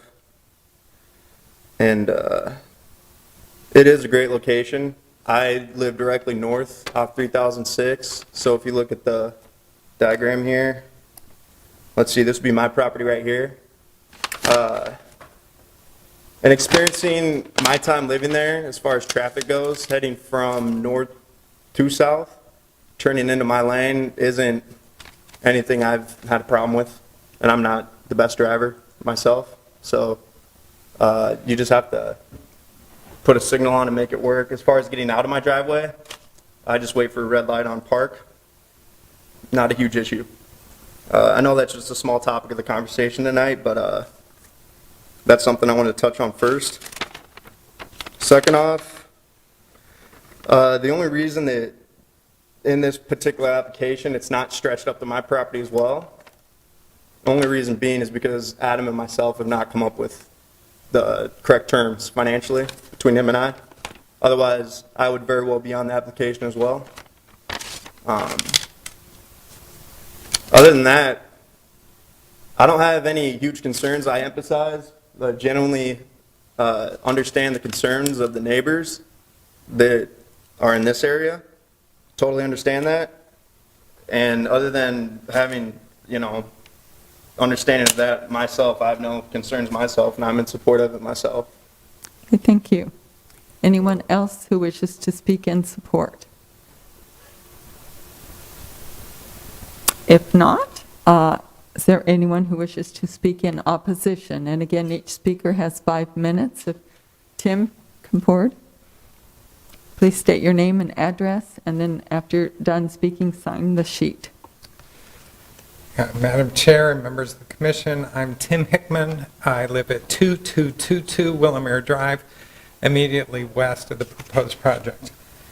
I do want to thank Adam, the developer, for listening to the comments from the neighborhood, and I do personally believe that this site is a more appropriate development site than the site that he was initially looking at the corner of Park Avenue and Fleur Drive.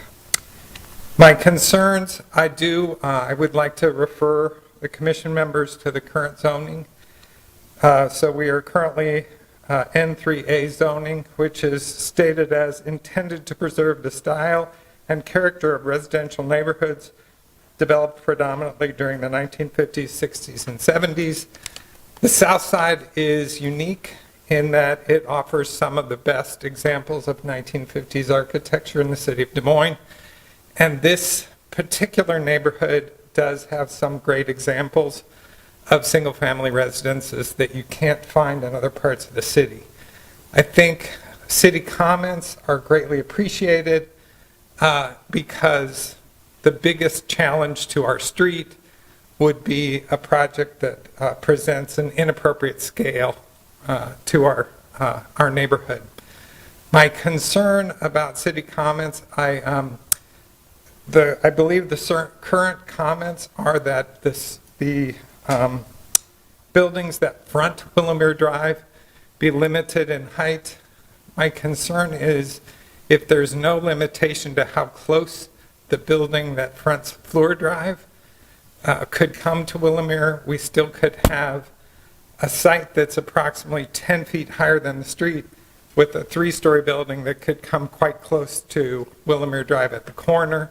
So I would ask that you consider some required setback on the building that faces Fleur Drive to try to maintain a balance between new development and the best interests of an established and frankly vanishing type of neighborhood with great 1950s architecture. The other point about the city's recommendation relates to row houses. So under NX1, these properties would be, or these buildings would be developed as row houses.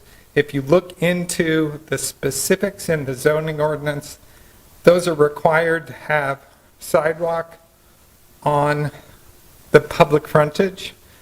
So a building in the middle of the site is a little bit difficult to determine whether it needs a sidewalk on the backside, which would be into the backyards of the neighbor.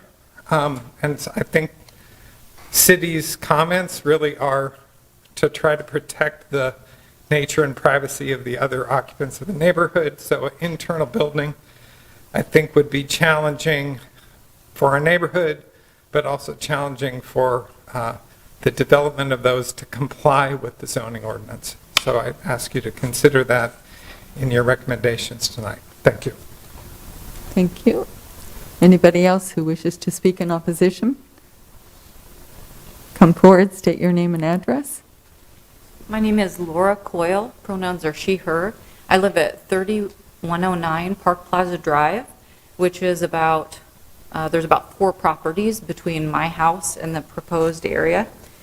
And what I'd like to say is that the original reason and need for the current zoning still exists and has not changed. Changing the zoning will not benefit our neighborhoods or the city. It only benefits the business owner proposing it and not the neighborhoods or the city. This business proposal will absolutely change the scale and character of our mid-century neighborhood, which is the whole reason my family moved to this neighborhood and decided to move there to begin with. The business owner proposing this mentioned potential for blight and running down the neighborhood, and he must not be familiar with the neighborhood if he would say things like that, because if you look at the property values and the condition of the homes in these neighborhoods, they're excellent and high. He mentioned aging out and lack of children. There are over 20 children on our street, including my own family, and this is a neighborhood that exists nowhere else in Des Moines. Our children play freely on the street, going from house to house in what you imagine from something that you see in movies from the 50s and 60s. And adding in things like multifamily housing and changing the aesthetics of our neighborhood will drastically change this. These are historic homes for a reason. Taking historic homes out to put in different buildings will completely change this neighborhood. You will never get it back. When they mention other buildings that are like buildings that are these multi-family or whatever the zoning is, these are clear down the hill on Fleur. They're on that perimeter of our neighborhood. The Fleur being an exception. Yes, that is a high-rise. It is a multi-residential area, but it is incredibly unique in the style and aesthetics, and it was built in that mid-century time. So it is an exception, and it is very different than what they're proposing to build. And so additionally, I guess I have another minute or two. I would say you cannot replace our historical homes. They're well-maintained. I feel like if you support this, it will destroy the aesthetics of our neighborhood, and I have major concerns about building these multi-level homes. The area that he's proposing is the highest level on this area. It already is much raised above the whole area around it. And if you put in multi-level row homes, it will overshadow everything and take over the area. And it's an eyesore, right? It would be an eyesore right in the middle of our neighborhoods. I appreciate you listening to my comments. Thank you. Thank you. Is there anyone else who wishes to speak in opposition? come forward. State your name and address. And you have 5 minutes.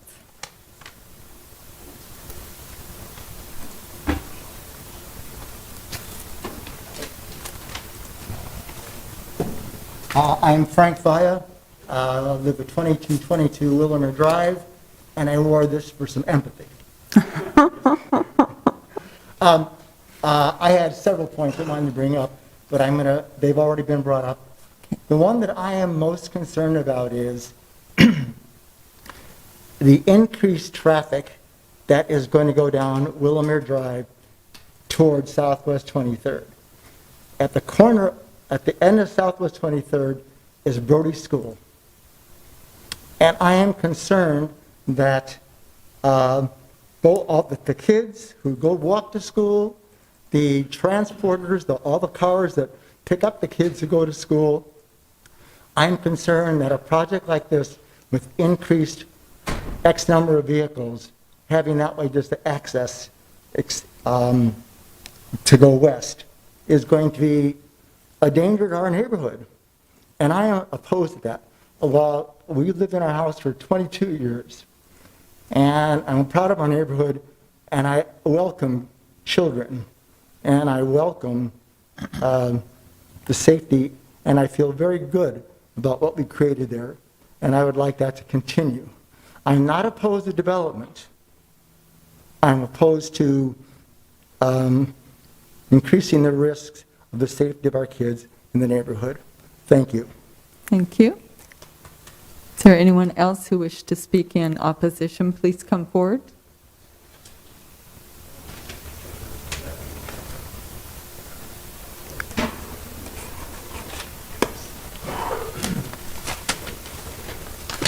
Hello. My name is John Perrla, and I live at 3100 Fleur Drive, which is this building directly across on Willow-Mare. I looked at the plan, and I saw that the city's recommendation is to nix the Fleur Drive approach. Because of that recommendation, there is only one exit, and that is through Willow-Mare. That exit in the proposed plan goes directly across my driveway on that side of the street. And you also heard from the developer that they're able to take down the height of that area by only 18 inches. That still is about 4 feet, but you need to grade the driveway floor. And my parents have friends who live on Calder Avenue. They live at the bottom of the hill there. And they tell us stories about how they would have cars coming down that hill, coming straight into their driveway because of all of the ice in the winter. That same scenario would happen to me in the winter with that particular approach. I also have a concern from a traffic standpoint, not about the number of vehicles that would be traversing, but the approach. If you're coming from southbound, you would have a very limited visual angle turning that corner, and what you would see in that lot is approximately 1 or 2 cars worth of street before you hit that driveway. And so where are the chances of an accident occurring around that driveway and people coming around? How much time are they going to have to react if they're coming off of Fleur Drive? Those are my concerns, and I am not opposed to future developments in the area.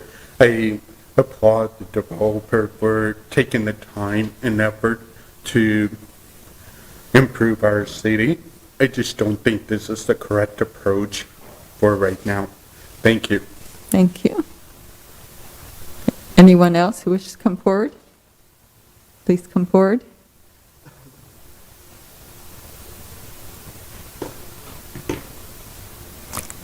And again, state your name and address, and you have 5 minutes.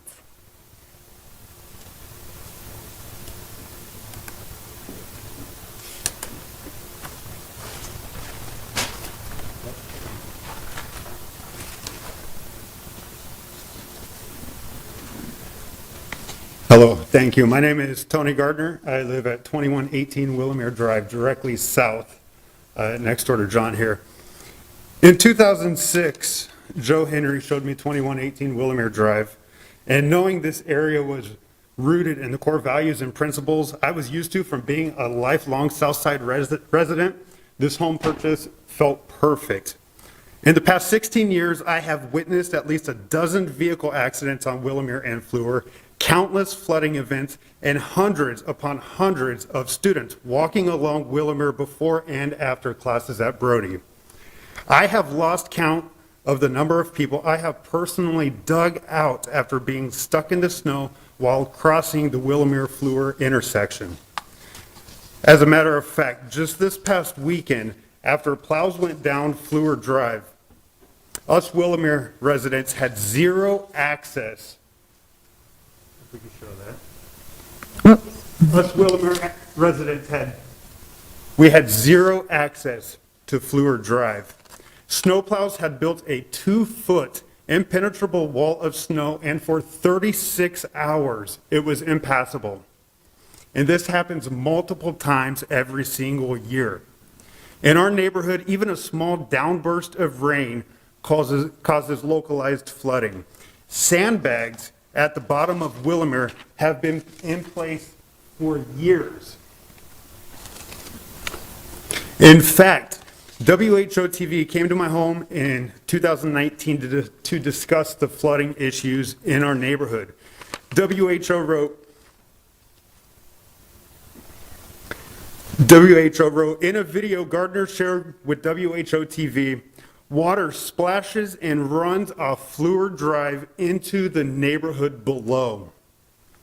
Also in 2019, I wrote a letter to Councilman Mandelbaum in regards to the safety of the children walking along Willamere. In that letter I wrote, the combination of a dark bus stop on Fleur Drive and Willamere Drive, along with the proximity of the Grays Lake Apartments, the dozens of students who unsafely cross over 23rd Street is a staggering sight to see. It would be nice to see several small changes that could drastically increase safety in the area. And speaking of kids, our little stretch of Willamere has 15 kids. So many kids, in fact, 4 years ago I put a little library in front of our house. That's how many kids are on our street. So as an attentive resident of this neighborhood, I see these concerns on a regular basis, and they are very real.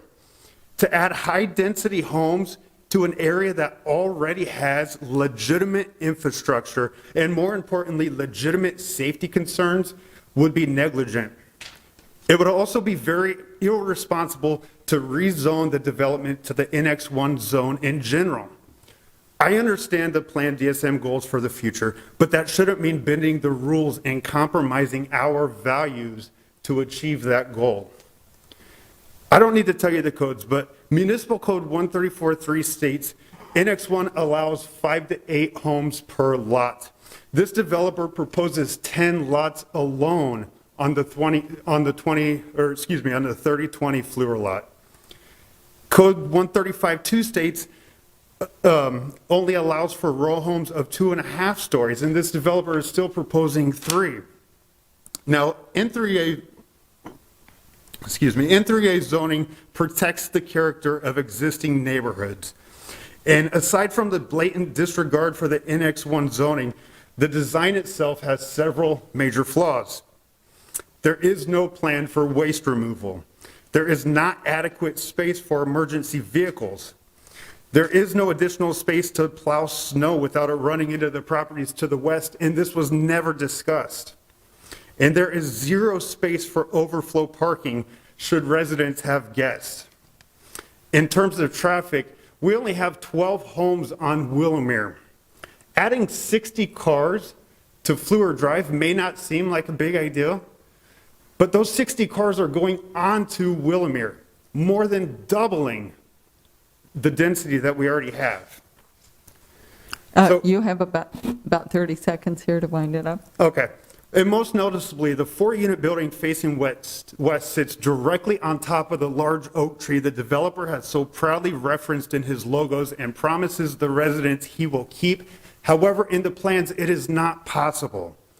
So for the record, I am not opposed to the development of this land. I am, however, opposed to the rezoning, which will allow for this high-rise development. I embrace change. However, with this change, we will lose the aesthetics and the charm the Southwestern Hills neighborhood is known for, and it will be irreversible. Thank you. Thank you.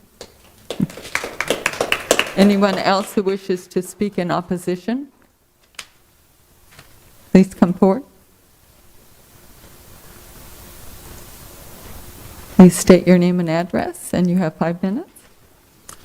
Great, thanks. Hi, my name is Bart Schmidt. I live at 3210 Wakanda Court, so just 2 blocks away from the site. In fact, the gentleman who is proposing this is a new neighbor of mine. He lives about 5 houses away. He moved there a month ago, so welcome to the neighborhood. If you buy an adjoining lot to your house, I'm gonna be very concerned. Anyways, that's a joke. How many of you have been to Willamere? How many have driven down that street, walked down it? It's a great little street. Little houses, excuse me, snort, California style ranch houses, mid-century. When I moved to this neighborhood 5 or 6 years ago, I looked at Willamere and I said, that's a great street. Wasn't what I wanted, so I ended up just south of Park Avenue. And when I look at what's happened to this neighborhood in the last 5 or 6 years, I ride my bicycle down 23rd Street just about every day to go to work. That would be this street right here. All of these houses between Tim's house and up to Park, they're kind of nondescript, small houses that have been renovated and turned over. One of them resold last year for what, $3.25, and it's 1,100 square feet. These are not crappy houses that need to be plowed under and put and redeveloped. They need some renovation. I look at Park Avenue all the time, and there's all these houses right here. Small houses on half-acre lots. Now, my big problem with this is that you're rezoning by lot, right? You're not rezoning the whole area, but you're looking at individual lots to rezone. And that's bad zoning when it's turning individual single-family homes into multi-family units. It always finds winners and losers. If you say, we are going to rezone this area to multifamily from Park north up to the apartments that were built in the 1960s, fine. People know what to sell their property for, and people know what to expect, what they should be investing in their homes. Everybody who's moved into this neighborhood in the last 10 years has been doing serious renovations, major investments. What's going to happen if you rezone this to multifamily? You know that you're going to have this requested for rezoning in the near future. Because if you said yes to that, how can you say no to another developer who wants to do the same thing 3 lots away? And if you do that, my goodness, these homes aren't going to be resold and resold to people who want to invest in them. They're going to be bought by developers who want to tear them down and continue all this corridor. So I encourage you, If you've never been to Willamere, go down the little street. It's great. I encourage you to continue up south and go down Wakanda Court. Follow it to Skips. Have a beverage, right? But you'll see what this neighborhood looks like. And this would really be a bad thing. So, if I'm wrong, I'm often wrong. That's okay.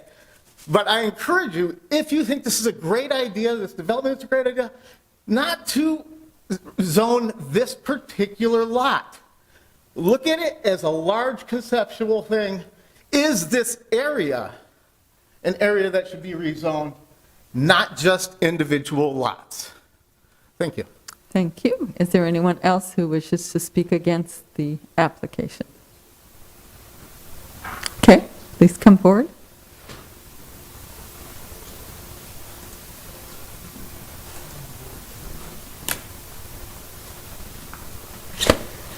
Hey there, Taylor Weber, 1334 Cary Ave. So I'm not in this direct neighborhood, southeast side corner of Wakanda instead of the northwest side here. But I had the privilege to kind of learn about this original issue when the original plan came up as my wife was running for city council this last time, and appreciated words of community members bringing it to us and making us aware. I think a couple things that I just want to kind of get on the record to make sure. I want to just really uplift the neighbors that came here today and spoke. I understand it's always easier to come out when you're against something and you get fired up, but it's still tough. Like, it's 0 degrees out, it snowed, right? Like, it was tough to come here. This is on the northeast side of town, the project's on the southwest side of town, right? So to come here and speak up is really important, and I first and foremost want to lift up what they said. The second piece I would say is, it's great that we're getting some of the areas that you outlined that we're redeveloping and the project up on 7th and Southwest 9th Street area. But what I would say is if we got our hands in that many parts of the pie and we're trying to carve out exceptions for projects, maybe are we taking on a little too much and really truly servicing the community in that area and working through those things. I guess the other piece I want to say is I appreciate words from a real estate individual in this area, but that doesn't really mean that's what's best for homeowners, right? That means that's what's best for the buying and selling of house in that industry, and not necessarily the community as a whole. The other piece I'd say is I'm sure many of the members that came here tonight are members of the Southwest Neighborhood Association. I myself am not part of the Watchers South instead. But I would say, notice the differences in the votes between the executive committee and when it was an entire general meeting showing up, and who is the neighborhood that is then being represented. So in those situations where almost 95% of the people were against it, and then 50% of the people were against it, but the board each time voted completely in favor of these items. So again, just who is the community in those instances that's speaking up against these items. Some logistics things I would point out that I saw. Obviously, there's been so much work done in this area, construction-wise, right, over the past multiple years, roadway improvements and doing some great things on Fleur. I did notice that we didn't require a traffic study to be done for this item. For whatever reason, it didn't meet the requirements stated, but I think as several community members brought up, it would be really, really important, especially as you're changing the visual demographic of this area, that you're actually doing the due diligence to make sure that this is a project that is going to actually still be safe. Because you can say everything's good, but if you didn't check, then you're just saying it. So I would encourage you to not move forward on anything until you've taken those items into consideration. And the snow, that was shaking, seeing that picture of being stuck in there. And we don't have any more cars that you're worried about moving in and out. And as, not to get on my climate change pedestal, but these types of things are going to continue to happen in our city, these levels of snow that we're needing to deal with. And myself, as a Cary Ave resident, I usually don't get my street plowed till 2 days after anyways, and you got to kind of make do. What does that look like when now you've got this many more cars coming in this area with inclement weather events happening? So I'd really like to just follow up and echo all the words that were said here by the community members and make sure that we are doing things that are in the best interest of the community and not just developers that are spending and making millions of dollars on the land. Thank you. Thank you. Anybody else who wishes to speak against? If not, then the applicant has 5 minutes for a rebuttal.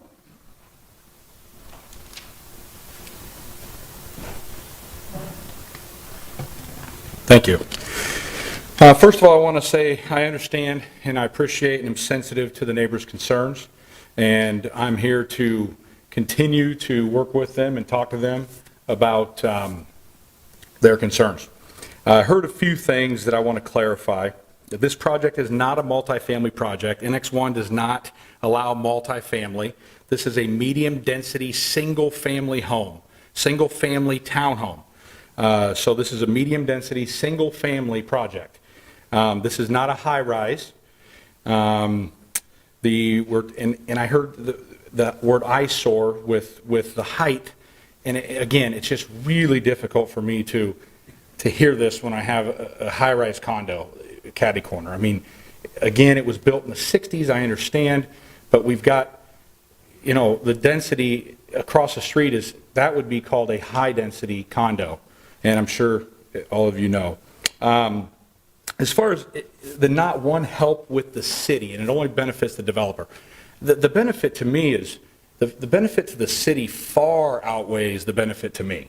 This is more residents to go have a drink at Skip's and support their business, support the businesses downtown, stay on the south side and not go to West Des Moines, pay property taxes over the long term on to the city of Des Moines. Right now, the property tax on this site is bringing probably $5,000 a year.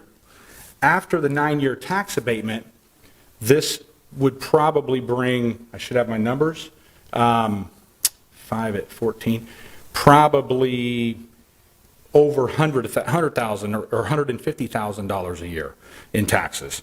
So from a property tax standpoint, after the abatement runs out, it's a benefit to the city.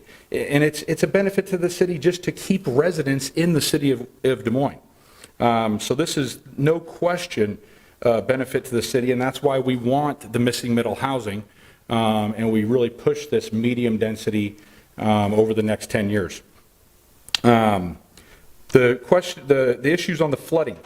Fleur, the $70 million Fleur reconstruction project has a brand new storm sewer that's been installed. We've all seen it be constructed. So I think that's going to mitigate the storm issue, the flooding issue on Willowmere, and we will be tying into that storm sewer as part of this project. So I don't anticipate any additional storm runoff onto Willowmere. And then the lot, there's a question about the density on the per lot. When this gets platted, it's going to be turned into one lot, and it'll be under an acre. And the NX1, as I said previously, allows 17 units per acre. And as far as the 2.5 story, I will be asking for a type 2, and I'm not sure if it is a type 2 or not, the height requirement. I will be asking for relief on that to a 3-story facing Fleur. So that's all I have right now, and I'll let you all talk about this. Thank you for your time. Thank you. Okay, commissioners, do you have any questions for staff before we close the public hearing?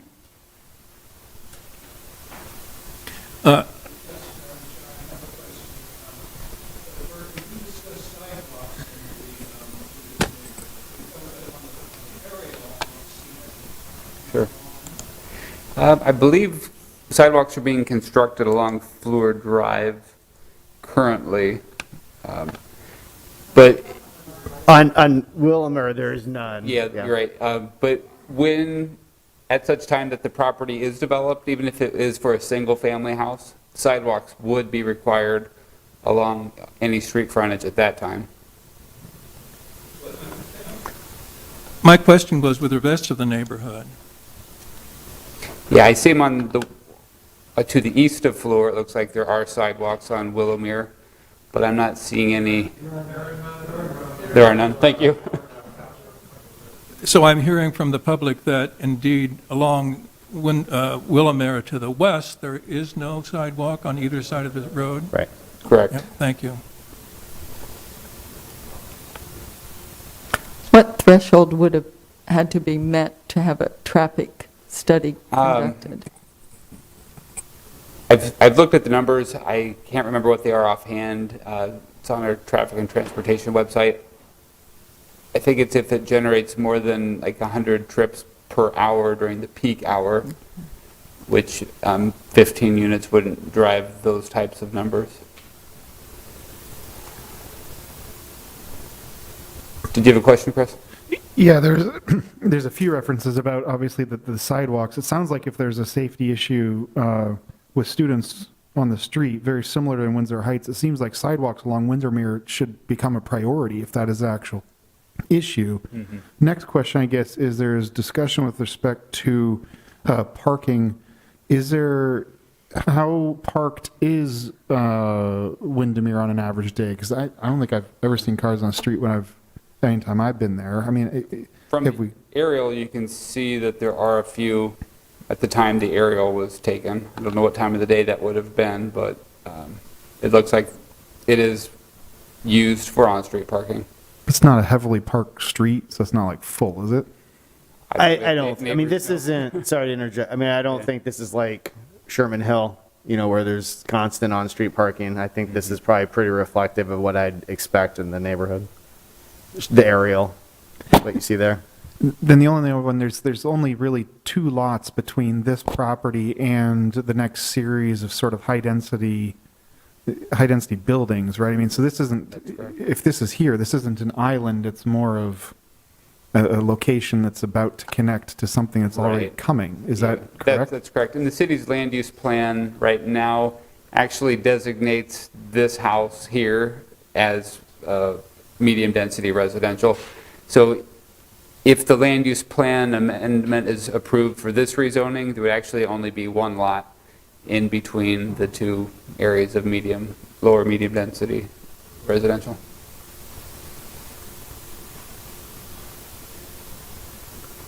Any other questions for Bert?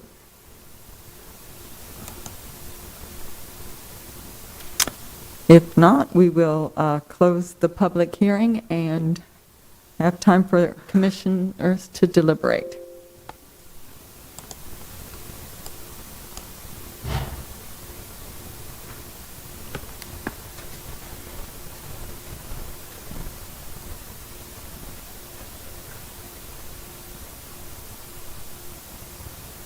Well, Madam Chair, I have a comment about the neighborhood as more generally, maybe not directly related to this application.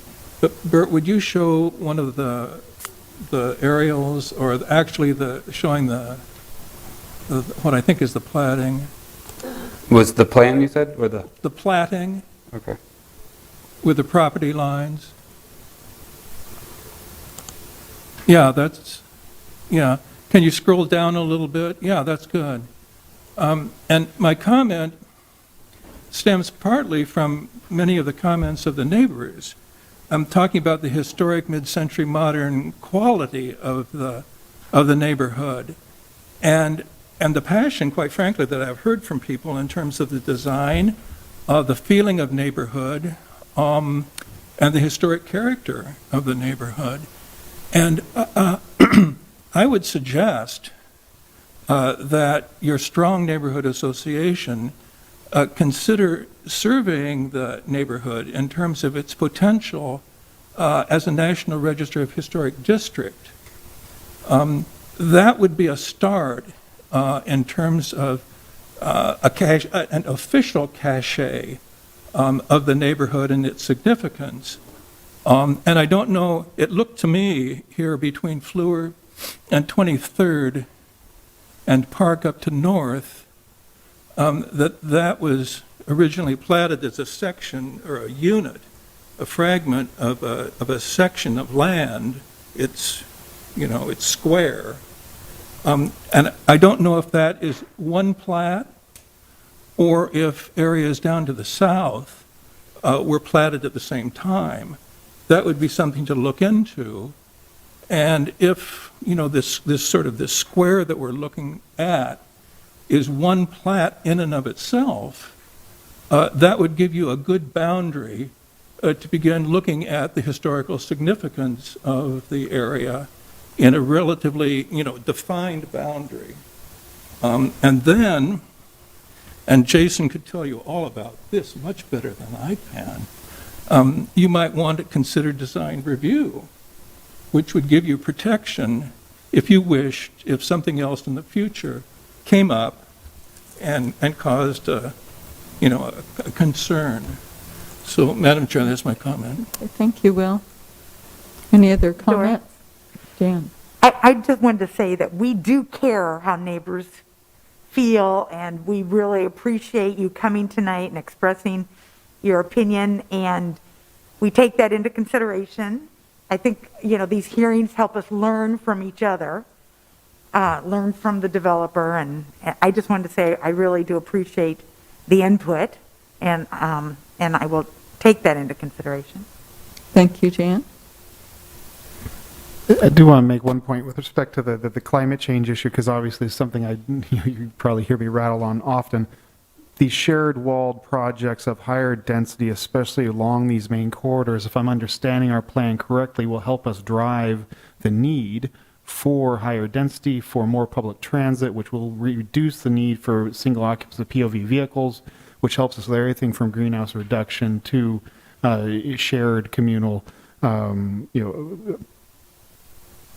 amenities that we need as a city. So I guess those pieces, I hope we do identify that there is a thoughtful plan that the city is looking to say more shared walls, more higher density, more opportunity to use these main corridors effectively is I would consider a positive, not necessarily a negative in these cases. Mm-hmm.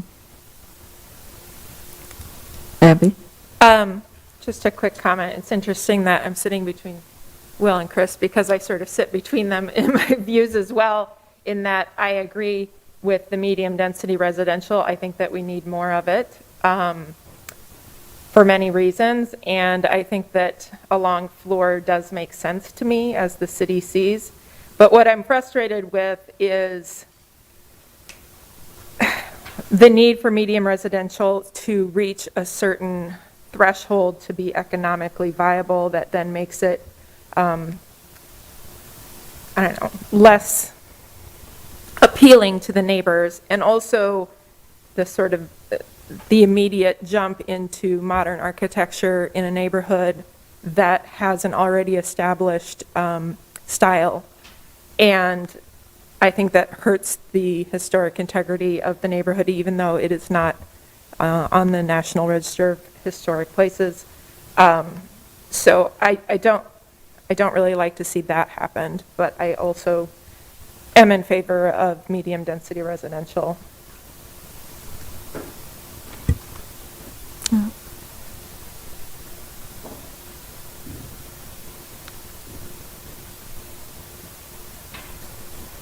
Any other comments? Well, typically, as you know, I support most residential, single-family preserving neighborhoods, and I support need for middle market, but I'm going to support the neighbors in this because I think they would it affect the general overall appearance of the neighborhood and their values. So I'm going to vote no. I just want to express my opinion. There is a need for density, but and theoretically, we should need that, but in this particular instance, it's why we're here at the Planning and Zoning to make a decision whether an exception should apply, and I think I'm going to vote no and support the neighbors in this position. Yes, I make a motion to vote, reject the staff recommendation. Okay, is there any more discussion? The motion? I don't have discussion, I just have a question. So either way, whatever we vote, it still has to go to city council and they have to have a supermajority no matter what? Is that right? That is correct. And before we get into the, don't worry, we'll get the lights back on and they're on a timer. That is correct. Whatever you are making a recommendation, there's already a supermajority requirement because of the response map, the responses, so that won't have any impact. Housekeeping item, I do need 2 votes because really Part A of the lineup is a little bit different. And that's asking you, does the proposal, is it in conformance or not with Plan DSM as it stands, the future land use map? As staff, we're telling you it doesn't, because right now it's showing a single family. So Francis, I think, is saying, yeah, he agrees with that, but on Part B and C, he's saying, no, let's not change it. It'd be cleaner in case the vote, if B and C are going to be split votes, I imagine A was probably going to be perhaps 13-0. So if we could do the two votes separately, that'd be good. So do Part A separate and B and C together. Yeah. Is that okay, Francis? Yeah. Okay. Yes, it is. Jan? I know in the past, Yes. they wanted us to take, they wanted us to take the staff recommendation and then vote it down instead of reversing it. Do you know what I'm saying? I'm sorry, are you asking what the motion is? No, what I was saying is the previous, who was the lawyer? Glenda. Oh, Glenn. Right. So that we would say, I don't know that, go ahead. Yeah, Judy. I think I know what you're getting at, Jan. What we need to do is we have a motion on the floor, you need to vote on that, and then if that motion, which would be to deny it, is supported, then what we would need to do is have an affirmative saying in the, what you want to have happen as opposed to what you do not want to have happen. That's what I'm trying to get Why at, isn't too. that if the motion fails? Or am I confusing it? Right, if the motion actually passes, we'll be fine, but Right, the converse is what we need to do. Yep. Sorry. Yeah, that's correct. Okay. So, we have a motion on the floor. Any other comments? We'll take a vote separate. So first is Part A. and that is whether or not it's in conformance with Plan DSM's future land use map designation of low-density residential, which staff is recommending that it does not. So if you agree it does not conform, please raise your right hand.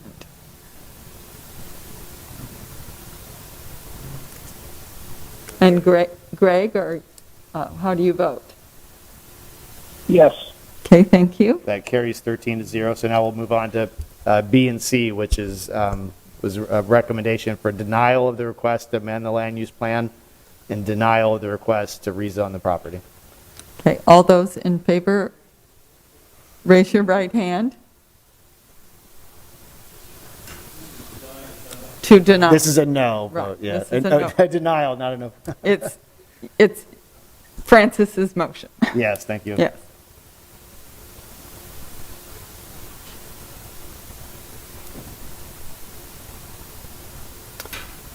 And Greg, how do you vote? I support Francis's motion. Okay, thank you. So can we, just for help with names, can we have the hands of those that are voting no? We have 14 present. Okay, I misspoke. I'm sorry, 14. 9 supported the motion, correct? Yeah. So the we motion- have, I just want to make sure those that are voting in opposition are Johnny, Johnny. Emily, No, and we have Lisa. no, you supported Francis's motion. Yes, we had 4. Okay, we got them. Okay. Yep. Andy. So thank you, neighbors, for coming. The application was denied. So that's the recommendation. They'll move on to the city council. The council will hold their own public hearings. So we do not do a separate notice for that. You'll need to track that on the city's website. It'll be put up on the council agenda. You can contact staff if you have questions. We were happy to help you. Okay, we're ready for item number 13. Thank you all for coming out on a very cold evening.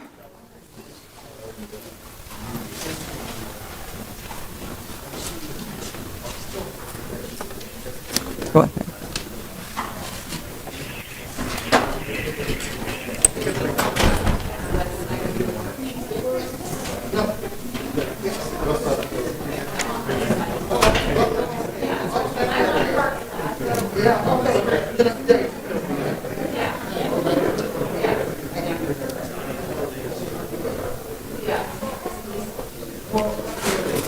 Yeah.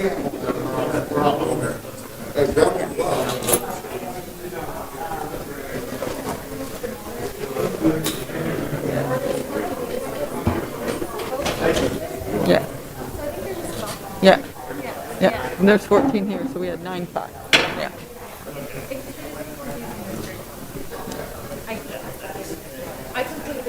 Okay, if we could go ahead and get going with item 13. Thank you, Madam Chair and members of the Commission. Sreyoshi Chakraborty with the City Planning staff. The item number 13 before you is a request to recommend an amendment to a PUD. And the amendment request is specifically to allow the development of a animal clinic within the PUD parcel. So with that, I will give a overview on the location of the PUD. So the area is located on Douglas Avenue, just a little west of Beaver Avenue, and it is surrounded by a mix of uses. Here to the north, you can see there's residential, single family. To the east, there is a bank. To the west, there's a church. Looking south, there is, again, a mix of higher density as well as lower density housing. Here's some pictures looking to the site. Here's Douglas Avenue, and you're looking to the east here. This is looking to the site from the north. There's an existing driveway and a parking lot. So you're looking south. Here's the multifamily unit to the south of Douglas Avenue. A couple more pictures here. Again, this is looking east. Lots of snow. All the pictures. So it just gives you an idea about the layout of the site. And this is looking kind of to the north, where there's residential units. There is an existing building on the PUD, a chiropractor's office. So this is the building. It's kind of set to the north of the PUD, and there's a parking lot adjacent to it and a driveway that exists right now. So with that, I'll move on to the sketch. See if I can zoom that a little bit.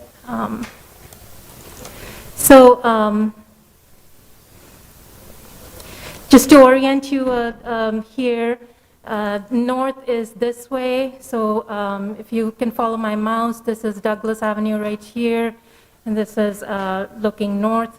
The existing chiropractor's building is right here, kind of at an angle is the existing parking. And the new animal clinic building that's proposed is this block right here. There's parking to the west, and there's a detention pond that's fronting Douglas Avenue right here. So that's kind of the layout of what is being proposed with the PUD amendment. Wanted to show you some elevations. So this is the west. So this will be facing the parking lot, and that's where the main entrance is going to be. This is the south elevation. The south elevation, the south side is going to be facing Douglas Avenue. So there's a couple bigger windows and a few smaller service windows. That's what will be fronting Douglas Avenue. And this is the elevation to the east, and then this is to the north. So staff has reviewed this amendment, PUD amendment request. We generally are supportive of this amendment request. We think that the use will be complementary to the mix of uses along Douglas Avenue corridor, and generally that area. There are a couple modifications that staff has proposed in addition to the recommendation of approval, and I'll just go through that here. Scroll down.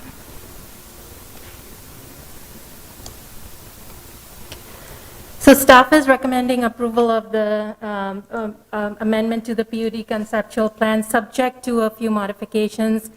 The first is that the building shall be set back no further from Douglas Avenue than the existing buildings which are to the east and west of this property. Just to kind of maintain that setback that already exists along Douglas, and for the building to front closer to Douglas Avenue rather than being set back.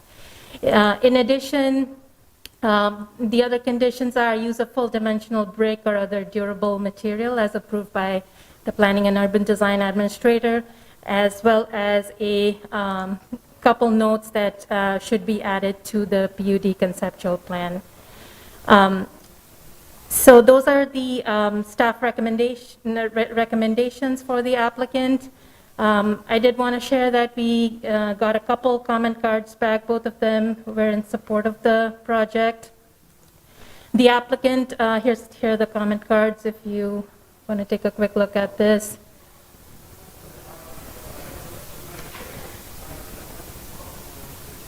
The applicant did a neighborhood meeting, and the neighborhood meeting was attended by about 4 adjacent landowners, the church, and a couple of residents to the north of the PUD. Some of the items of discussion included access, the shared access between the church and the clinic, and the access easements will continue, on which was one of the concerns that the church had. In addition, there was a lot of discussion about stormwater runoff, which had been an issue in the past with properties to the north getting affected by stormwater runoff from the PUD area. So the applicant, as you may have seen in the drawing that I showed you earlier, they have proposed on-site detention with a detention pond on their site, and their intention is to detain as much runoff as possible to eliminate that. They also made a few modifications, drainage modifications that are outlined in the following maps that I can show you.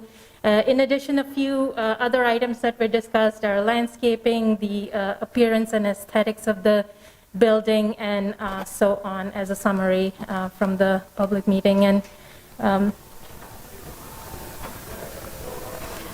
I'll just scan through these really quickly. And as you can see here, the applicant has provided some notes which are marked up in red. And those are essentially to address some of the drainage concerns that the neighbors continue to have in spite of the on-site detention that has been proposed on the site. One of the staff recommendations that I wanted to point out was to move the building closer to front Douglas Avenue. As you can see, the building is sitting behind the detention basin.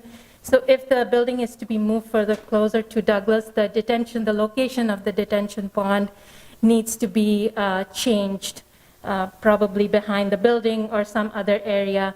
Now we understand that the reason the detention pond is there is to address some of the drainage issues that have happened in the past.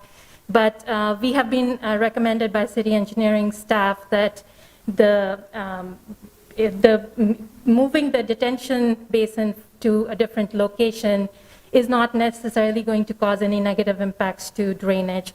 So that is one of the reasons why we have recommended that the applicant look at moving the location of the detention basin and try to move the building to front closer to Douglas Avenue. So I just wanted to point that out. I think that's all I had. If you have any questions for me, I'll be happy to answer at this time. Chris? Does the detention basin currently exist, or will it be created? Isn't it flat right now? This one right here will be a new detention basin. There is another one to the north of the building, adjacent to the chiropractor's office, that exists right now. But this one will be a new detention basin. Okay, so when we say moved, we're not talking about filling in dirt that's already gone. We're talking about putting a building still on a flat area that will not be impacting it cost-wise or anything else, right? That's correct. Any other questions? I have a question. From this design that we have in front of us, how many, what's the distance that we're looking for as compared to the building that's next door, the setback? I do not have the exact numbers, but I can show you the aerial, which will give, I think, a little bit idea. So, like right here, you can kind of see the buildings are all about similarly spaced from the Douglas Avenue frontage. So, so we are looking at a minimum, bringing it to about. I'm right in the middle of doing a GIS-based measurement, so if you just give me a second, I'll give you a rough estimate. I mean, this is off an aerial, but the bank building, Wells Fargo, which is on the right side there, or to the east, is about 50 feet or so back. There's a angle, so we're not talking about necessarily putting this out at the street, within 15 feet or so. It'd still have some setback. We would, as staff, support it being closer, but we also recognize the church and the Wells Fargo to the east and west, you see there, kind of create a lawn pattern that we were looking to duplicate. But they're also lining the street with trees, so it wouldn't even be noticed, correct? Well, I don't know about, what do you mean? But you're going to have, there'll be street trees, but I mean, we require trees and plantings. And I think there's, if you go back to you can flip to the sheet from the applicant. I don't know what page it is. You could use the page flip number thing up there at the top. Yeah. There you go. Well, actually, this is perfect because you can see the other buildings. Go back to that, please. So there you go. I think that helps answer the question. So actually, I mean, I think in some ways you could line it up and still keep the detention basin where it's at. But right, or if if there was interest, it could go further forward and then the basin could flip with it.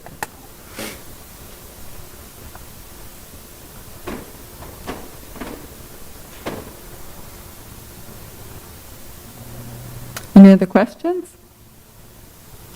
If not, we'll. Oh, just a quick Abby. question. How far back from the detention basin, I don't know if you can answer this or not, but how far back from the detention basin does the building need to be? I think we'll need to let the applicant discuss that. Okay, if no more questions for staff, we'll hear from the applicant. Please come forward, state your name and address, and you'll have 10 minutes. Good evening. Justin Strom, 2727 Southwest Snyder Boulevard, Ankeny, Iowa. I'm the civil engineer for the project. I have Mr. Dennis Riordan in the back, the developer and the owner of the existing veterinary clinic across the street, as well as the building designer, for questions if you guys have any.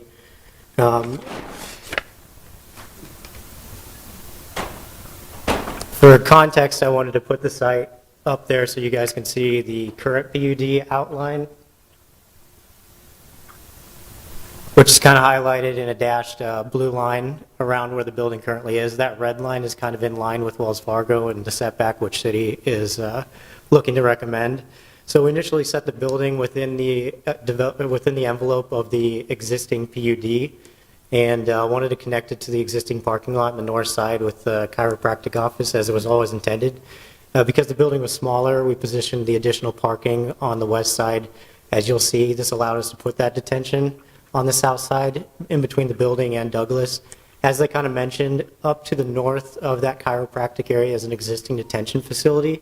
It was involved in a lawsuit earlier when it was first developed, and those are some of the people that came to the neighborhood meeting with high concerns of developing this additional green space. So some of the accommodations we did, even though we are connecting detention and routing it with a small 3.5-inch orifice at a half CFS to that detention area, putting it on the south side allows us to provide for an overflow path to Douglas to ensure that if that clogs or if there's an overwhelming storm, that runoff doesn't continue to cause issues to the north. So we agree with all staff's recommendations, except that we would like the setback requirement to be deviated.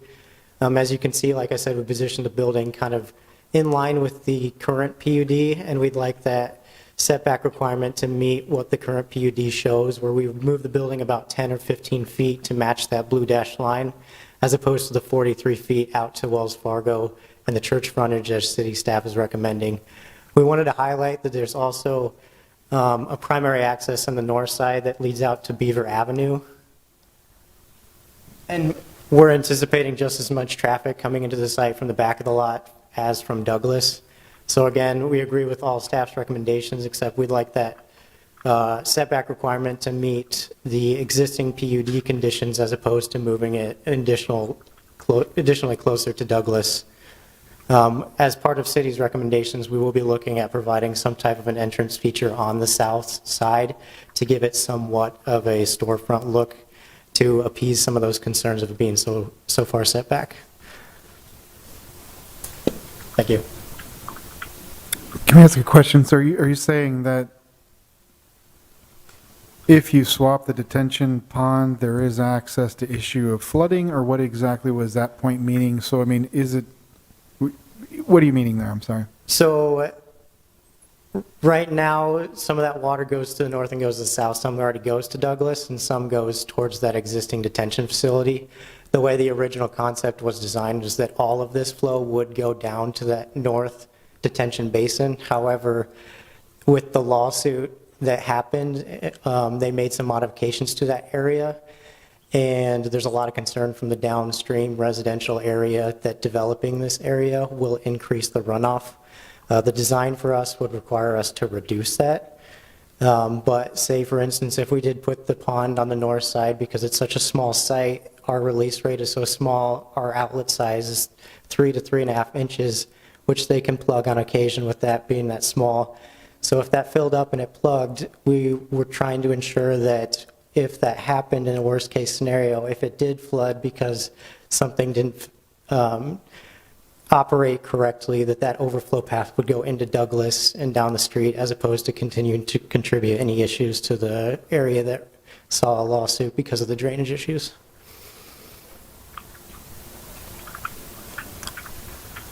So are you saying that if you flipped the pond and the building in this plan, you couldn't overflow into Douglas from the pond? That's pretty correct. There's kind of a high point in the middle of the site, so if you built something there with the topography it is now, half it would drain north, half would drain south.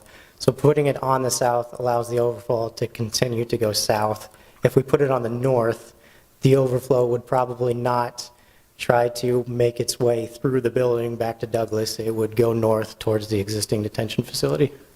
Are there any other types of detention that you could deploy on this site that would allow you to move the detention structure away from Douglas? I mean, right now we are providing an above ground detention facility. No matter what, if you provide something else, it's always got to have an outlet to go somewhere. Right now we are sending that runoff to the north. So we are actually sending the runoff from our basin to the north basin at a really reduced rate. But if something does plug or something happens, the water's got to go somewhere. So at that point, whatever facility you have, it's going to start to bubble up above the ground or exceed the capacity of whatever berm or facility you set. And then once it reaches the top where it has no place to go, it's got to go overland somewhere. So if it's positioned on the south, it'll overland south. If it's positioned on the north, it'll overland north. Jason, did you have? No, Okay. their discussion. Okay. Well? I have a question about Sherman Boulevard. Is that the road here going north and south between the church and the property to the east? Is that Sherman Boulevard? It's not named on the plan. That's why I'm asking. I don't believe it has a name. Maybe it does. I believe it's just a shared use access between the buildings. Sherman Boulevard is further to the west. So I don't know if there's from the site. Well, I'm looking on page 3 of the application Go to under, the notice map. under letter P, There you go. Here we go. and it says, "The church access to Sherman Boulevard to be chained off or gated during non-church events." Could you show me where, because it's on the application, could you show me where Sherman Boulevard is? Does the city staff know where Sherman Boulevard is? Yeah, go back to the sheet you were just on. Yeah, we just had it on the screen. Okay, no, one more. Sheet, there we go. So Sherman Boulevard is right along there, and the church has a very, what I see on my aerial is a very narrow sliver that runs back to Sherman. And somehow there must have been, because this PUD has a shared drive, I think, at the time when this came through, there was concerns that people would use what's a church driveway to Sherman Boulevard between two houses. So I think that's where that's coming from, but that's, we were just bringing forward the conditions from the old action. It's probably a holdover note from the original PUD. Yeah, and that will carry forward. But it doesn't have any effect to this development that we're putting in. I understand that, but that's the reason that I'm raising the question, because it's included in the application, the church access to Sherman Boulevard to be chained off or gated during non-church events. So I have two questions. First of all, is there a chain there now, or is there a gate there now? And then the other question, if there's not, who pays for something that, does the church have to pay for something that they have no reason to do, other than we're telling them they have to do it for some other reason? That would have been negotiated between the original developer of the land and the church. I don't know the specifics of how that was resolved. I don't think we'll be able to answer that question tonight. Well, will the question be answered? We can look into it and see if it's actually being performed and that sort of stuff. But that was a zoning, that was a condition from, right? But I don't know tonight. I can't tell you, is that accurately being done or not? We can look into it, check with our zoning enforcement staff, see if we have record of it. Thank you. Yep. And let the church know, what the finding is, if you would, please. Yeah, I had a question. I'm not an engineer, so I was wondering, based on the site sketch or the design, it looks like you have some room along Douglas to elongate that stormwater basin there. Is that an option if you were to push the building forward to the street? Yeah, this is a perfect picture right here. Instead of having it, as wide, maybe a more east to west design, is that something you have considered if you were to be asked to push the building forward? It would definitely be feasible. We'd have to take a look to see if there was enough room by the time you move the building all the way up there.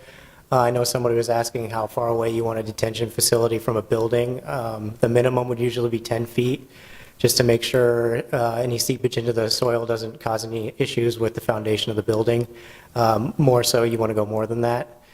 So it's hard to say how much room is truly in there and whether you could still fit it in. I know moving the building kind of cuts the green space and puts some on the north, some on the south. So you're kind of dividing up the areas, and now you're reducing the usable green space in one location to try to make that work. We also we'd like to keep the building connected to the existing parking lot, as the intent was always there for those buildings kind of to facilitate together.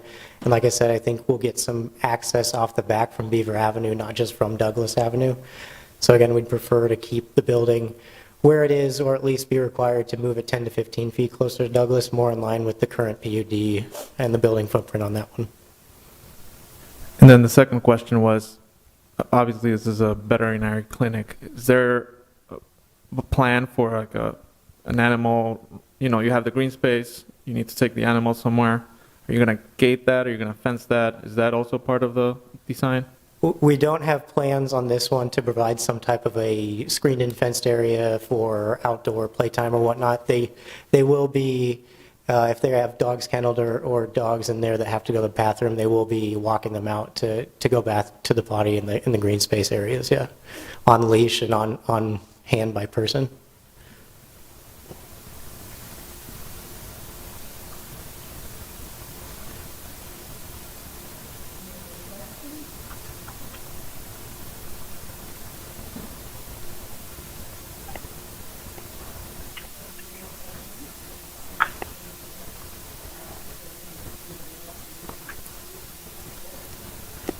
My microphone went off all by itself, sorry. So if there are no more questions, is there anyone else who wishes to speak in support?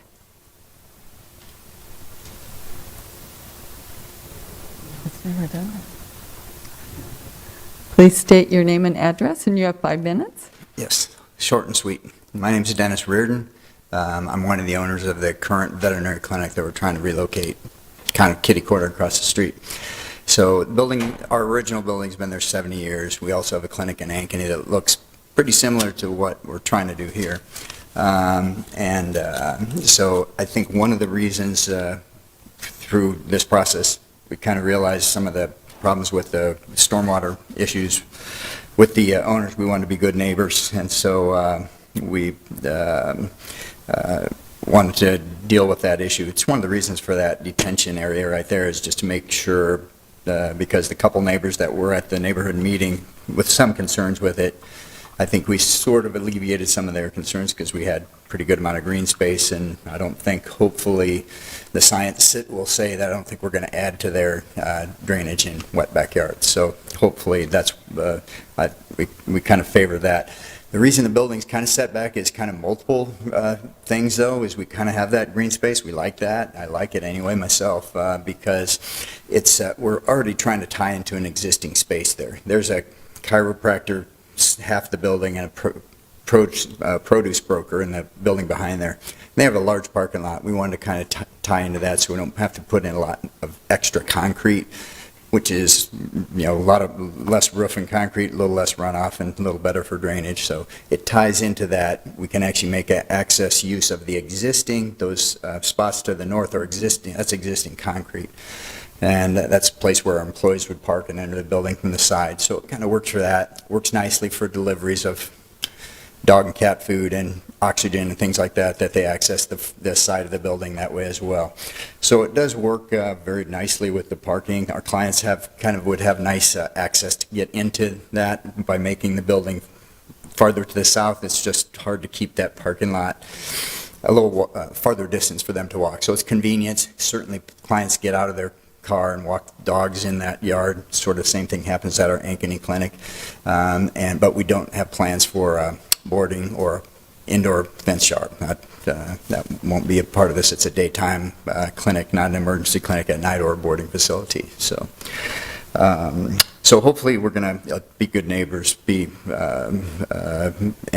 I think the setback is not just a detention pond or a little pit there. We're planning on, I think the landscaping should look very nice. It's going to be like any detention. I think it's probably, grass filled, but it's just, I think it's going to be a nice walk area, and I think it'll be a nice view from Douglas Avenue as it is. So I'm hoping that we can kind of keep it within, not move it too far close to Douglas to keep some of that drainage and the look. I like the look of that too as well. If you kind of see our Ankeny clinic, it has the side view from 18th Street on a very busy street there. We can light that side of the building and put a kind of a little entrance area in that, on that south side as well. We also had some concern that we thought we don't want to be too close to the busy street with pets, people getting out of their car with pets and potentially dogs getting off leash or a little puppy. We got a little more space to deal with that green space without having a dog right on top of Douglas that gets away. So that's all I have to say. I think if anyone's got any questions, I'd be glad to address those or other people. Any questions? If not, is there anyone else who wishes to speak in support of the applicant? Is there anyone in the audience who wishes to speak in opposition? Okay, do we have any further questions for staff before we close the public hearing? I just have a quick question that came to me during these presentations. Is this because it's still under the PUD plan that there isn't a requirement to have a front entrance towards Douglas? That's correct. It's zone PUD, so it's not. We're not looking at a bunch of design alternatives. For instance, the properties to the east are zoned MX1, which would require like a storefront building up at the street if they're being redeveloped.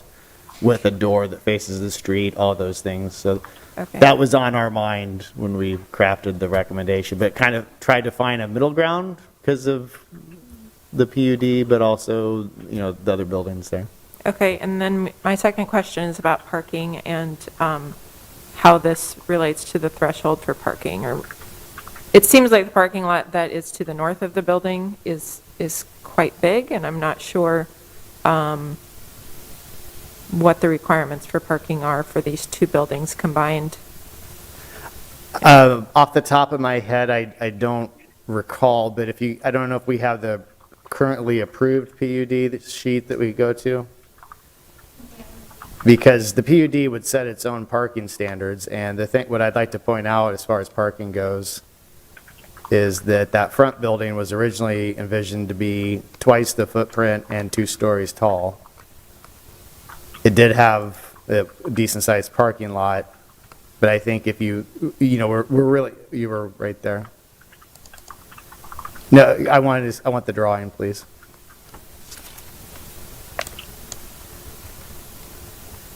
Okay, and then zoom out so we can see the whole site. Okay. So what got built was that back half for this the 1-story chiropractor, but what was approved with this level of parking was the front building was going to be 4 times the size of the building that they're proposing. So I'm confident that what's being proposed is more than adequate in parking. Well, I wasn't questioning that it wasn't enough parking. I was just questioning whether it was maybe way too much, because the more concrete you put in, the Right. more stormwater runoff concerns that you have. Sure. So is it going overboard as far as the amount of parking lot that is there for those? Do we, is it, Bert or Jillian, nod, if for a clinic use, would it be 1 stall per 400 square feet? Okay. So we would just, what's the size of their building? It's,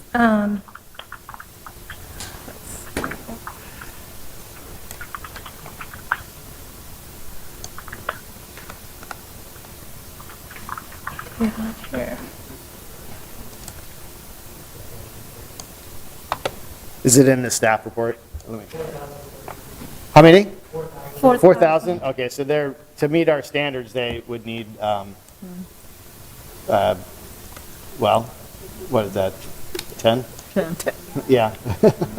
It's getting late, my math is horrible. I apologize. So from our perspective, I mean, I don't know if you go back to the sheet, I'm sure they have at least that in that parking lot right by the building, and then you've got the back row behind the building, and then you have access to shared parking with the chiropractor that probably only needs that, 10 spaces too.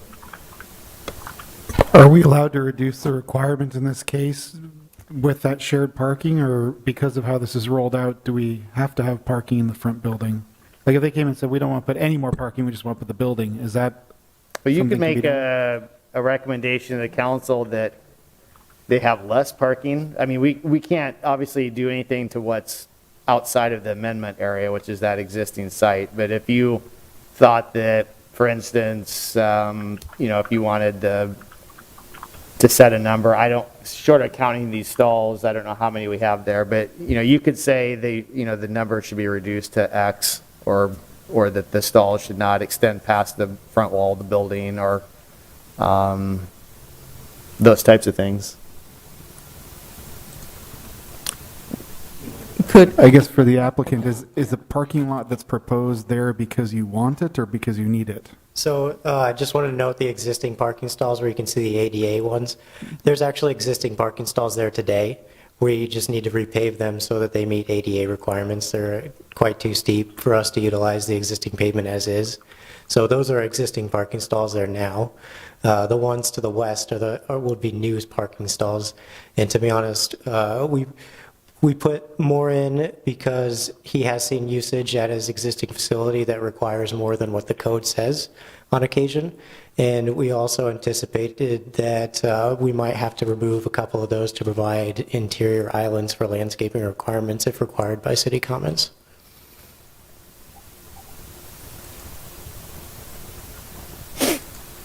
So the parking lot to the west, or the top of the building, however you want to say it on the image there, that's 10 stalls in a row.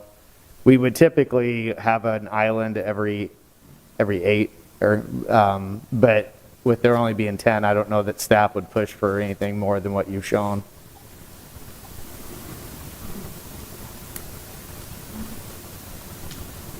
And I believe in this case, I think this is one of the PUDs that actually the site plan is going to have to come back before the Planning and Zoning Commission for approval as a condition of the PUD. I'll look really quick.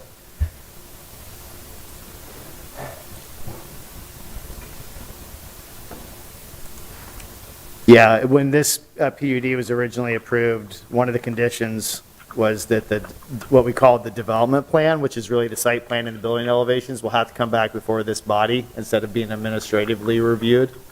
And that's a zoning condition from the original approval. So you'll get to see, this group will get to see the actual site plan, building elevations. We will also notify neighbors. Anything that comes before the commission, we notify.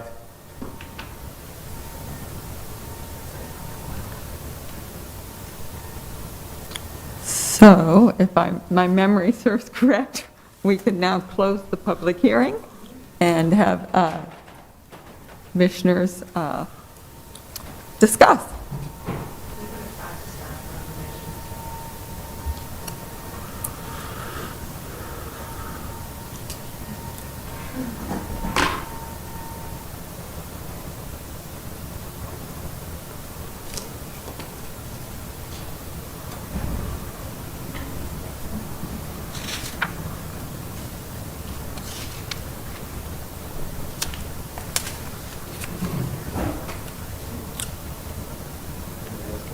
Any comments or motion to put forward?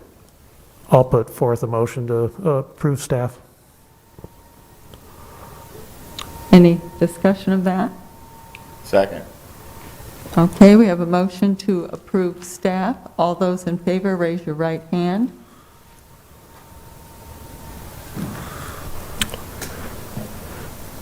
I'm going to abstain. I'm actually a client of Reardon's Okay. Pet Clinic. And Greg, how do you vote? I vote yes. Okay, thank you. Okay. Now we're on to the final item of the evening, item number 17, Get and Go Convenience Stores.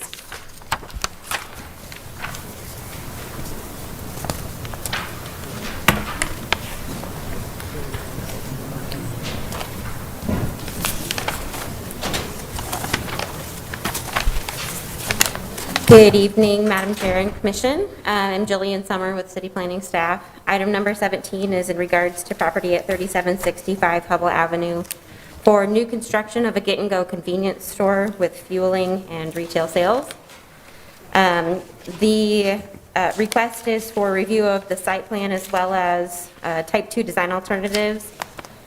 The type 2 design alternatives under consideration would be to allow a building that occupies 15% of the primary frontage where 60% is required, to allow a building setback of 40 feet from Hubble Avenue where the build to zone is 0 to 5 feet, to allow a building setback of 178 feet from East Douglas Avenue where a build to zone is 0 to 10 feet, to allow parking within the front yard where the storefront building allows parking within the rear or limited side yard, and for waiver of the requirement to underground the electric, phone, cable, television, and transmission systems.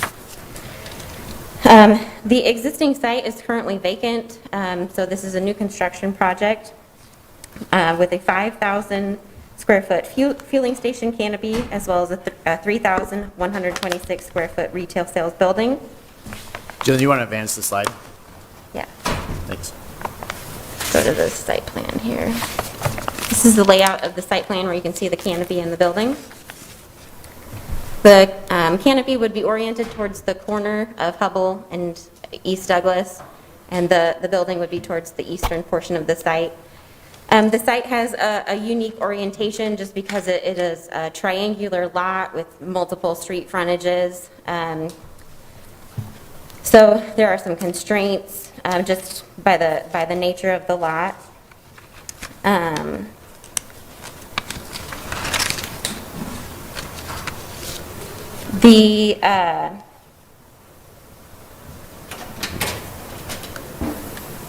Staff is supportive of the first four design alternatives just because of the nature of how the lot is oriented and the street frontages. Orienting it otherwise would either put the back of the building towards the corner, which would be less desirable. So keeping the building where it is right now kind of hides the back of the building as best you can. And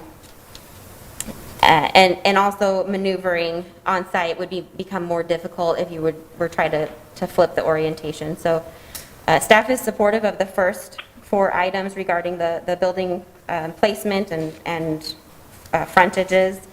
The second or the last item is regarding the utilities. And let me see if I can get to the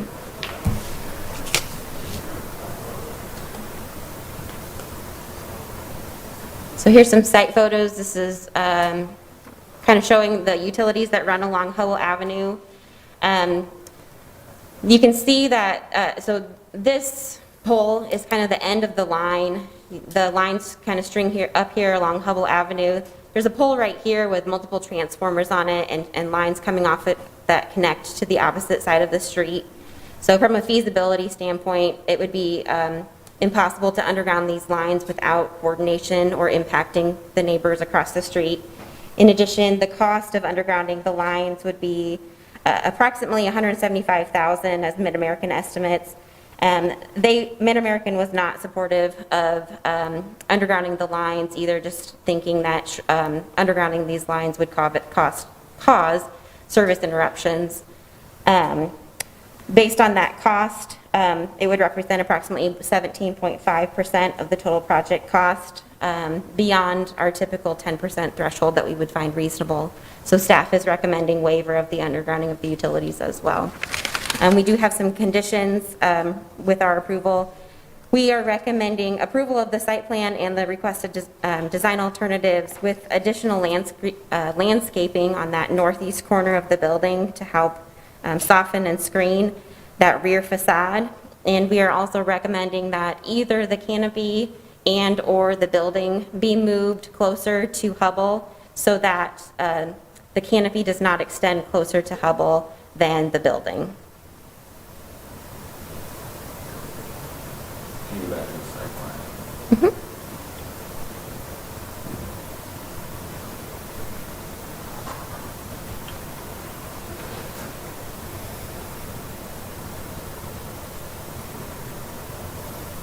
This one is probably the best one.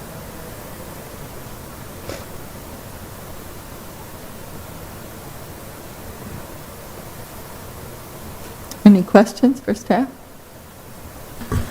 I think I'm the only one that caused you all the heartache by keeping this on, so I want to make sure it's clear that I don't have an opposition to this plan. I like the design of it. The only thing that I'm curious about is the two pieces on the utility. There is a, might be a slight typo, but it says that negative effect on the service of neighboring properties. What exactly is the standard associated with identifying negative? Like we wrote that in there. What does that mean? Well, the negative is that the transformer can't be moved to ground mounted and that all underlined or undergrounded without the property owner across the street spending money to change their service. And then, so that's a negative impact on the neighbor. As in changing the service on the other side, so they would have to be underground. So we're supplying one group across the street, which is the negative impact. Is that said? Yeah. Negative impact on neighboring, so just neighboring properties, just like that one is all we're talking about? That's what the one I remember. I mean, it's in, I mean, look. But I don't remember in the discussions. Jillian, do you remember of there being other service lines that come off that transformer? That's a good sheet right there.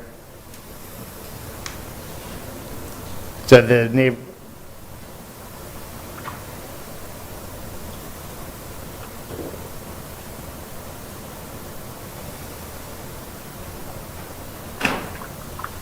So you can see the blue line that crosses the street, that's serving the car wash that's across the street from them. Yeah, I think it's mostly related to the existing service connections that this project doesn't necessarily have control over. And then so this conclusion here, if what is being proposed and hopefully presented at some point with respect to the new approach to undergrounding were to go through, how would this be affected? How would the thinking of this be affected by the new guidance that's planned? Well, a lot of the criteria that we're using as basis to make our recommendation will be the criteria that'll be the basis for the amendment that is coming. So the 10% budget threshold, the impacts to other neighbors that aren't a part of the project. There's some other criteria that we're looking on. We don't have it completely ironed out, but you'll see a lot of the same criteria. And it's the same criteria that we've been using in all these discussions that we've had on this issue. Any other questions for staff?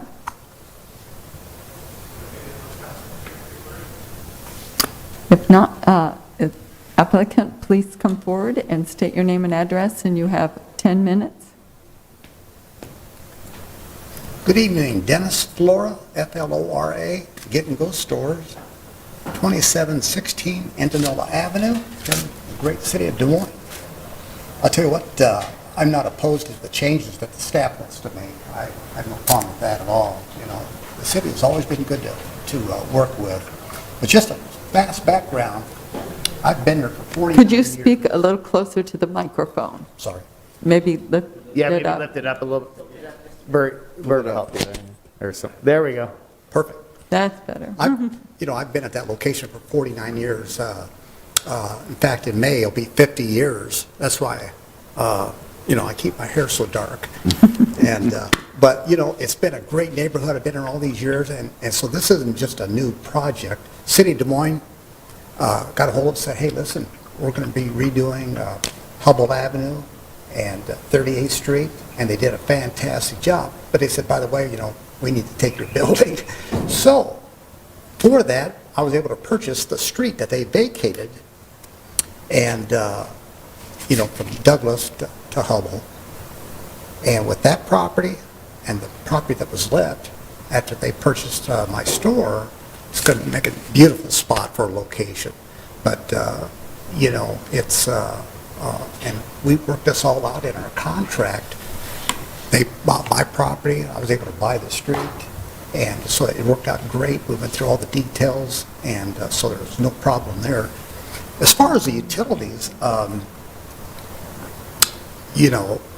they want to do it, we met out there with Mid-America, Century Lake Mediacom, and I believe they had it all worked out. They removed the utilities from the site, and so that we could start construction. And we'll just have to get cleared what they want to do as far as the power poles and stuff. But whatever it takes, we'll do it, whatever they want. So I have no problem with that. Any questions that I can answer? Great. Did you just say the utilities were removed from the site? Pardon? What is it? The utility poles were removed? Yes. All the underground has been taken out. Are you referring to the ones in the former street? The street and the property butting up to the street. So the ones on Hubble that are on the site plan, can we go to that utility sheet? They've been removed? Yes. I don't.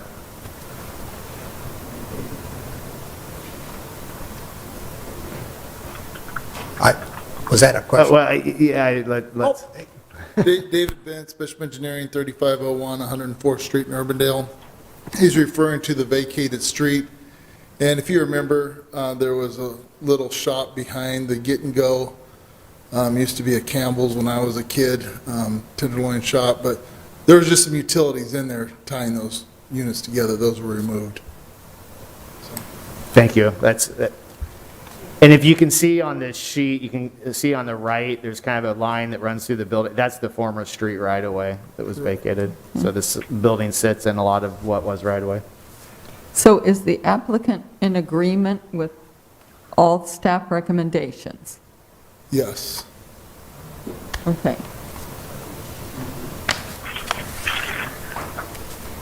Appreciate that. So any other questions? Okay, anybody else, anybody present wish to speak in opposition to this request? And if not, any further questions for staff? We can close the public hearing, and anyone wish to make a motion? I'll move staff. Okay. Any further discussion?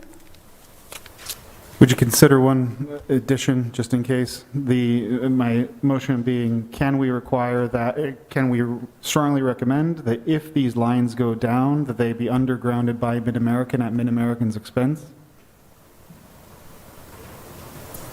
So if a storm takes the lines down, we say, you can't put them up, you have to underground them. Well, I don't think we can, through the site plan, provide dictation to Mid-Am, but I think, I mean, you could have, I mean, is that what, I guess I would need more clarification on what you want to achieve, and then I can help So you. maybe we could hear from legal. Well, I think she was nodding yes, that, go ahead. Yeah, where Jason was going was what I was going to say. We cannot bind a third party through a site plan approval of this applicant. So I would just state that pretty unequivocally.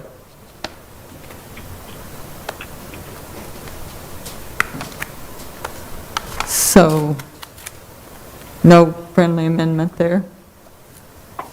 Well, so we're saying is that if we were to put something on to say that if these lines go down, they're not allowed to go up in an overhead manner, what we're identifying if we say that is that we would be preventing access to utilities to this site. So Mid-American wouldn't be able to provide them, but also this tenant wouldn't. How does that impact? Would the city be required to provide electricity to a site like this then? So let's say Mid-Am says, you know what, we don't want to do that. Is this site to have a right to retain access to electricity? The city would have to comply Yeah, I mean, with? I think there's a lot of franchise rights that would be impeded. And this is probably our discussion, part of the discussion we might have when we bring code amendments forward, is that, 135, and it's really the site plans, and we're regulating an individual that's coming through development. It's not the same as, as far as regulatory wise, there's not an underground district here that would mandate it. Mid-Am has the right to do it here. So all we can do right now, what the commission can do, is you're looking at this project that's before you. This is a private individual. They're doing a site plan, and they have to conform with our standards and to the reasonable, it's like a point in time decision. I don't know how when we're making a point in time decision on their project, how we would layer on something, a what if down the road. Right, and to that, I might add, there is a utility regulatory board that's commissioned through the state that looks at rates. I don't know how much they impact the manner in which transmission takes place, but I would strongly suspect that they have regulations about the requirements that if you have customers out there, that you provide to them. So an act of nature occurring would not be a situation where I would believe that they would be able, Mid-Am that is, to say, no, we're not going to provide to you because it's become suddenly pretty inconvenient. They're going to have to restore power. Right, so Mid-Am would have to provide them power according to IUB regulation, and if we say you can't provide it in through an overhead line, then they would have to either underground it or we would provide them conduit? But I don't know that we would have the power to regulate the manner in which they do that, is what I'm getting at. And manner meaning an above-ground line or an underground line. That's simply beyond the engineering capability of the city to dictate. And I guess hopefully at the next meeting, we'll be able to go over that, because I think that, I guess I'm not sure I understand that comment. We do know that there are municipal utilities. We do know that conduits are owned by cities. We do know that utility conduits, especially as you start looking at the issues that are coming in with broadband and all those other access pieces, if we do not, in a coordinated manner, start laying down conduit that hopefully we could own, as they are going to be our future roads, that we're going to All have those trouble. types of issues are beyond, Chapter 135 is the site plan ordinance. It's to regulate private development, and it does impact the utility in the sense that it regulates how they connect to it. But it's not the big picture engrossing vision, that I think you're looking for. You know what I mean? Like it's a. Madam Chair, Yeah. is there a motion on the floor? There is a motion. So it is a late time, and we'll be discussing some of those issues here in the future. So the motion is to approve staff with no amendment at this time. Okay? Yep, deal. Okay. And all those in favor, raise your right hand. And Greg, how do you vote? Yes. Thank you. And the motion passes. We have one more agenda item, and that's election of officers. Our nominating committee has a report. Okay. I'll take it. On behalf of the nomination committee, made up of Chris Draper, Emily Webb, and myself, we are offering the following slate of officers to serve for 2022, with the chair standing as Emily Webb, Vice Chair Abby Chungath, and Second Vice Chair Johnny Asselvar. Okay. For your consideration. Okay. Any discussion on that? And I think we can vote the full slate. And then Johnny, Johnny, yeah, no, if there's no nominations from the floor, then yes, somebody can make a motion to vote the slate. Are Is there there- nominations? I'll move. Okay. All those in favor, raise your right hand.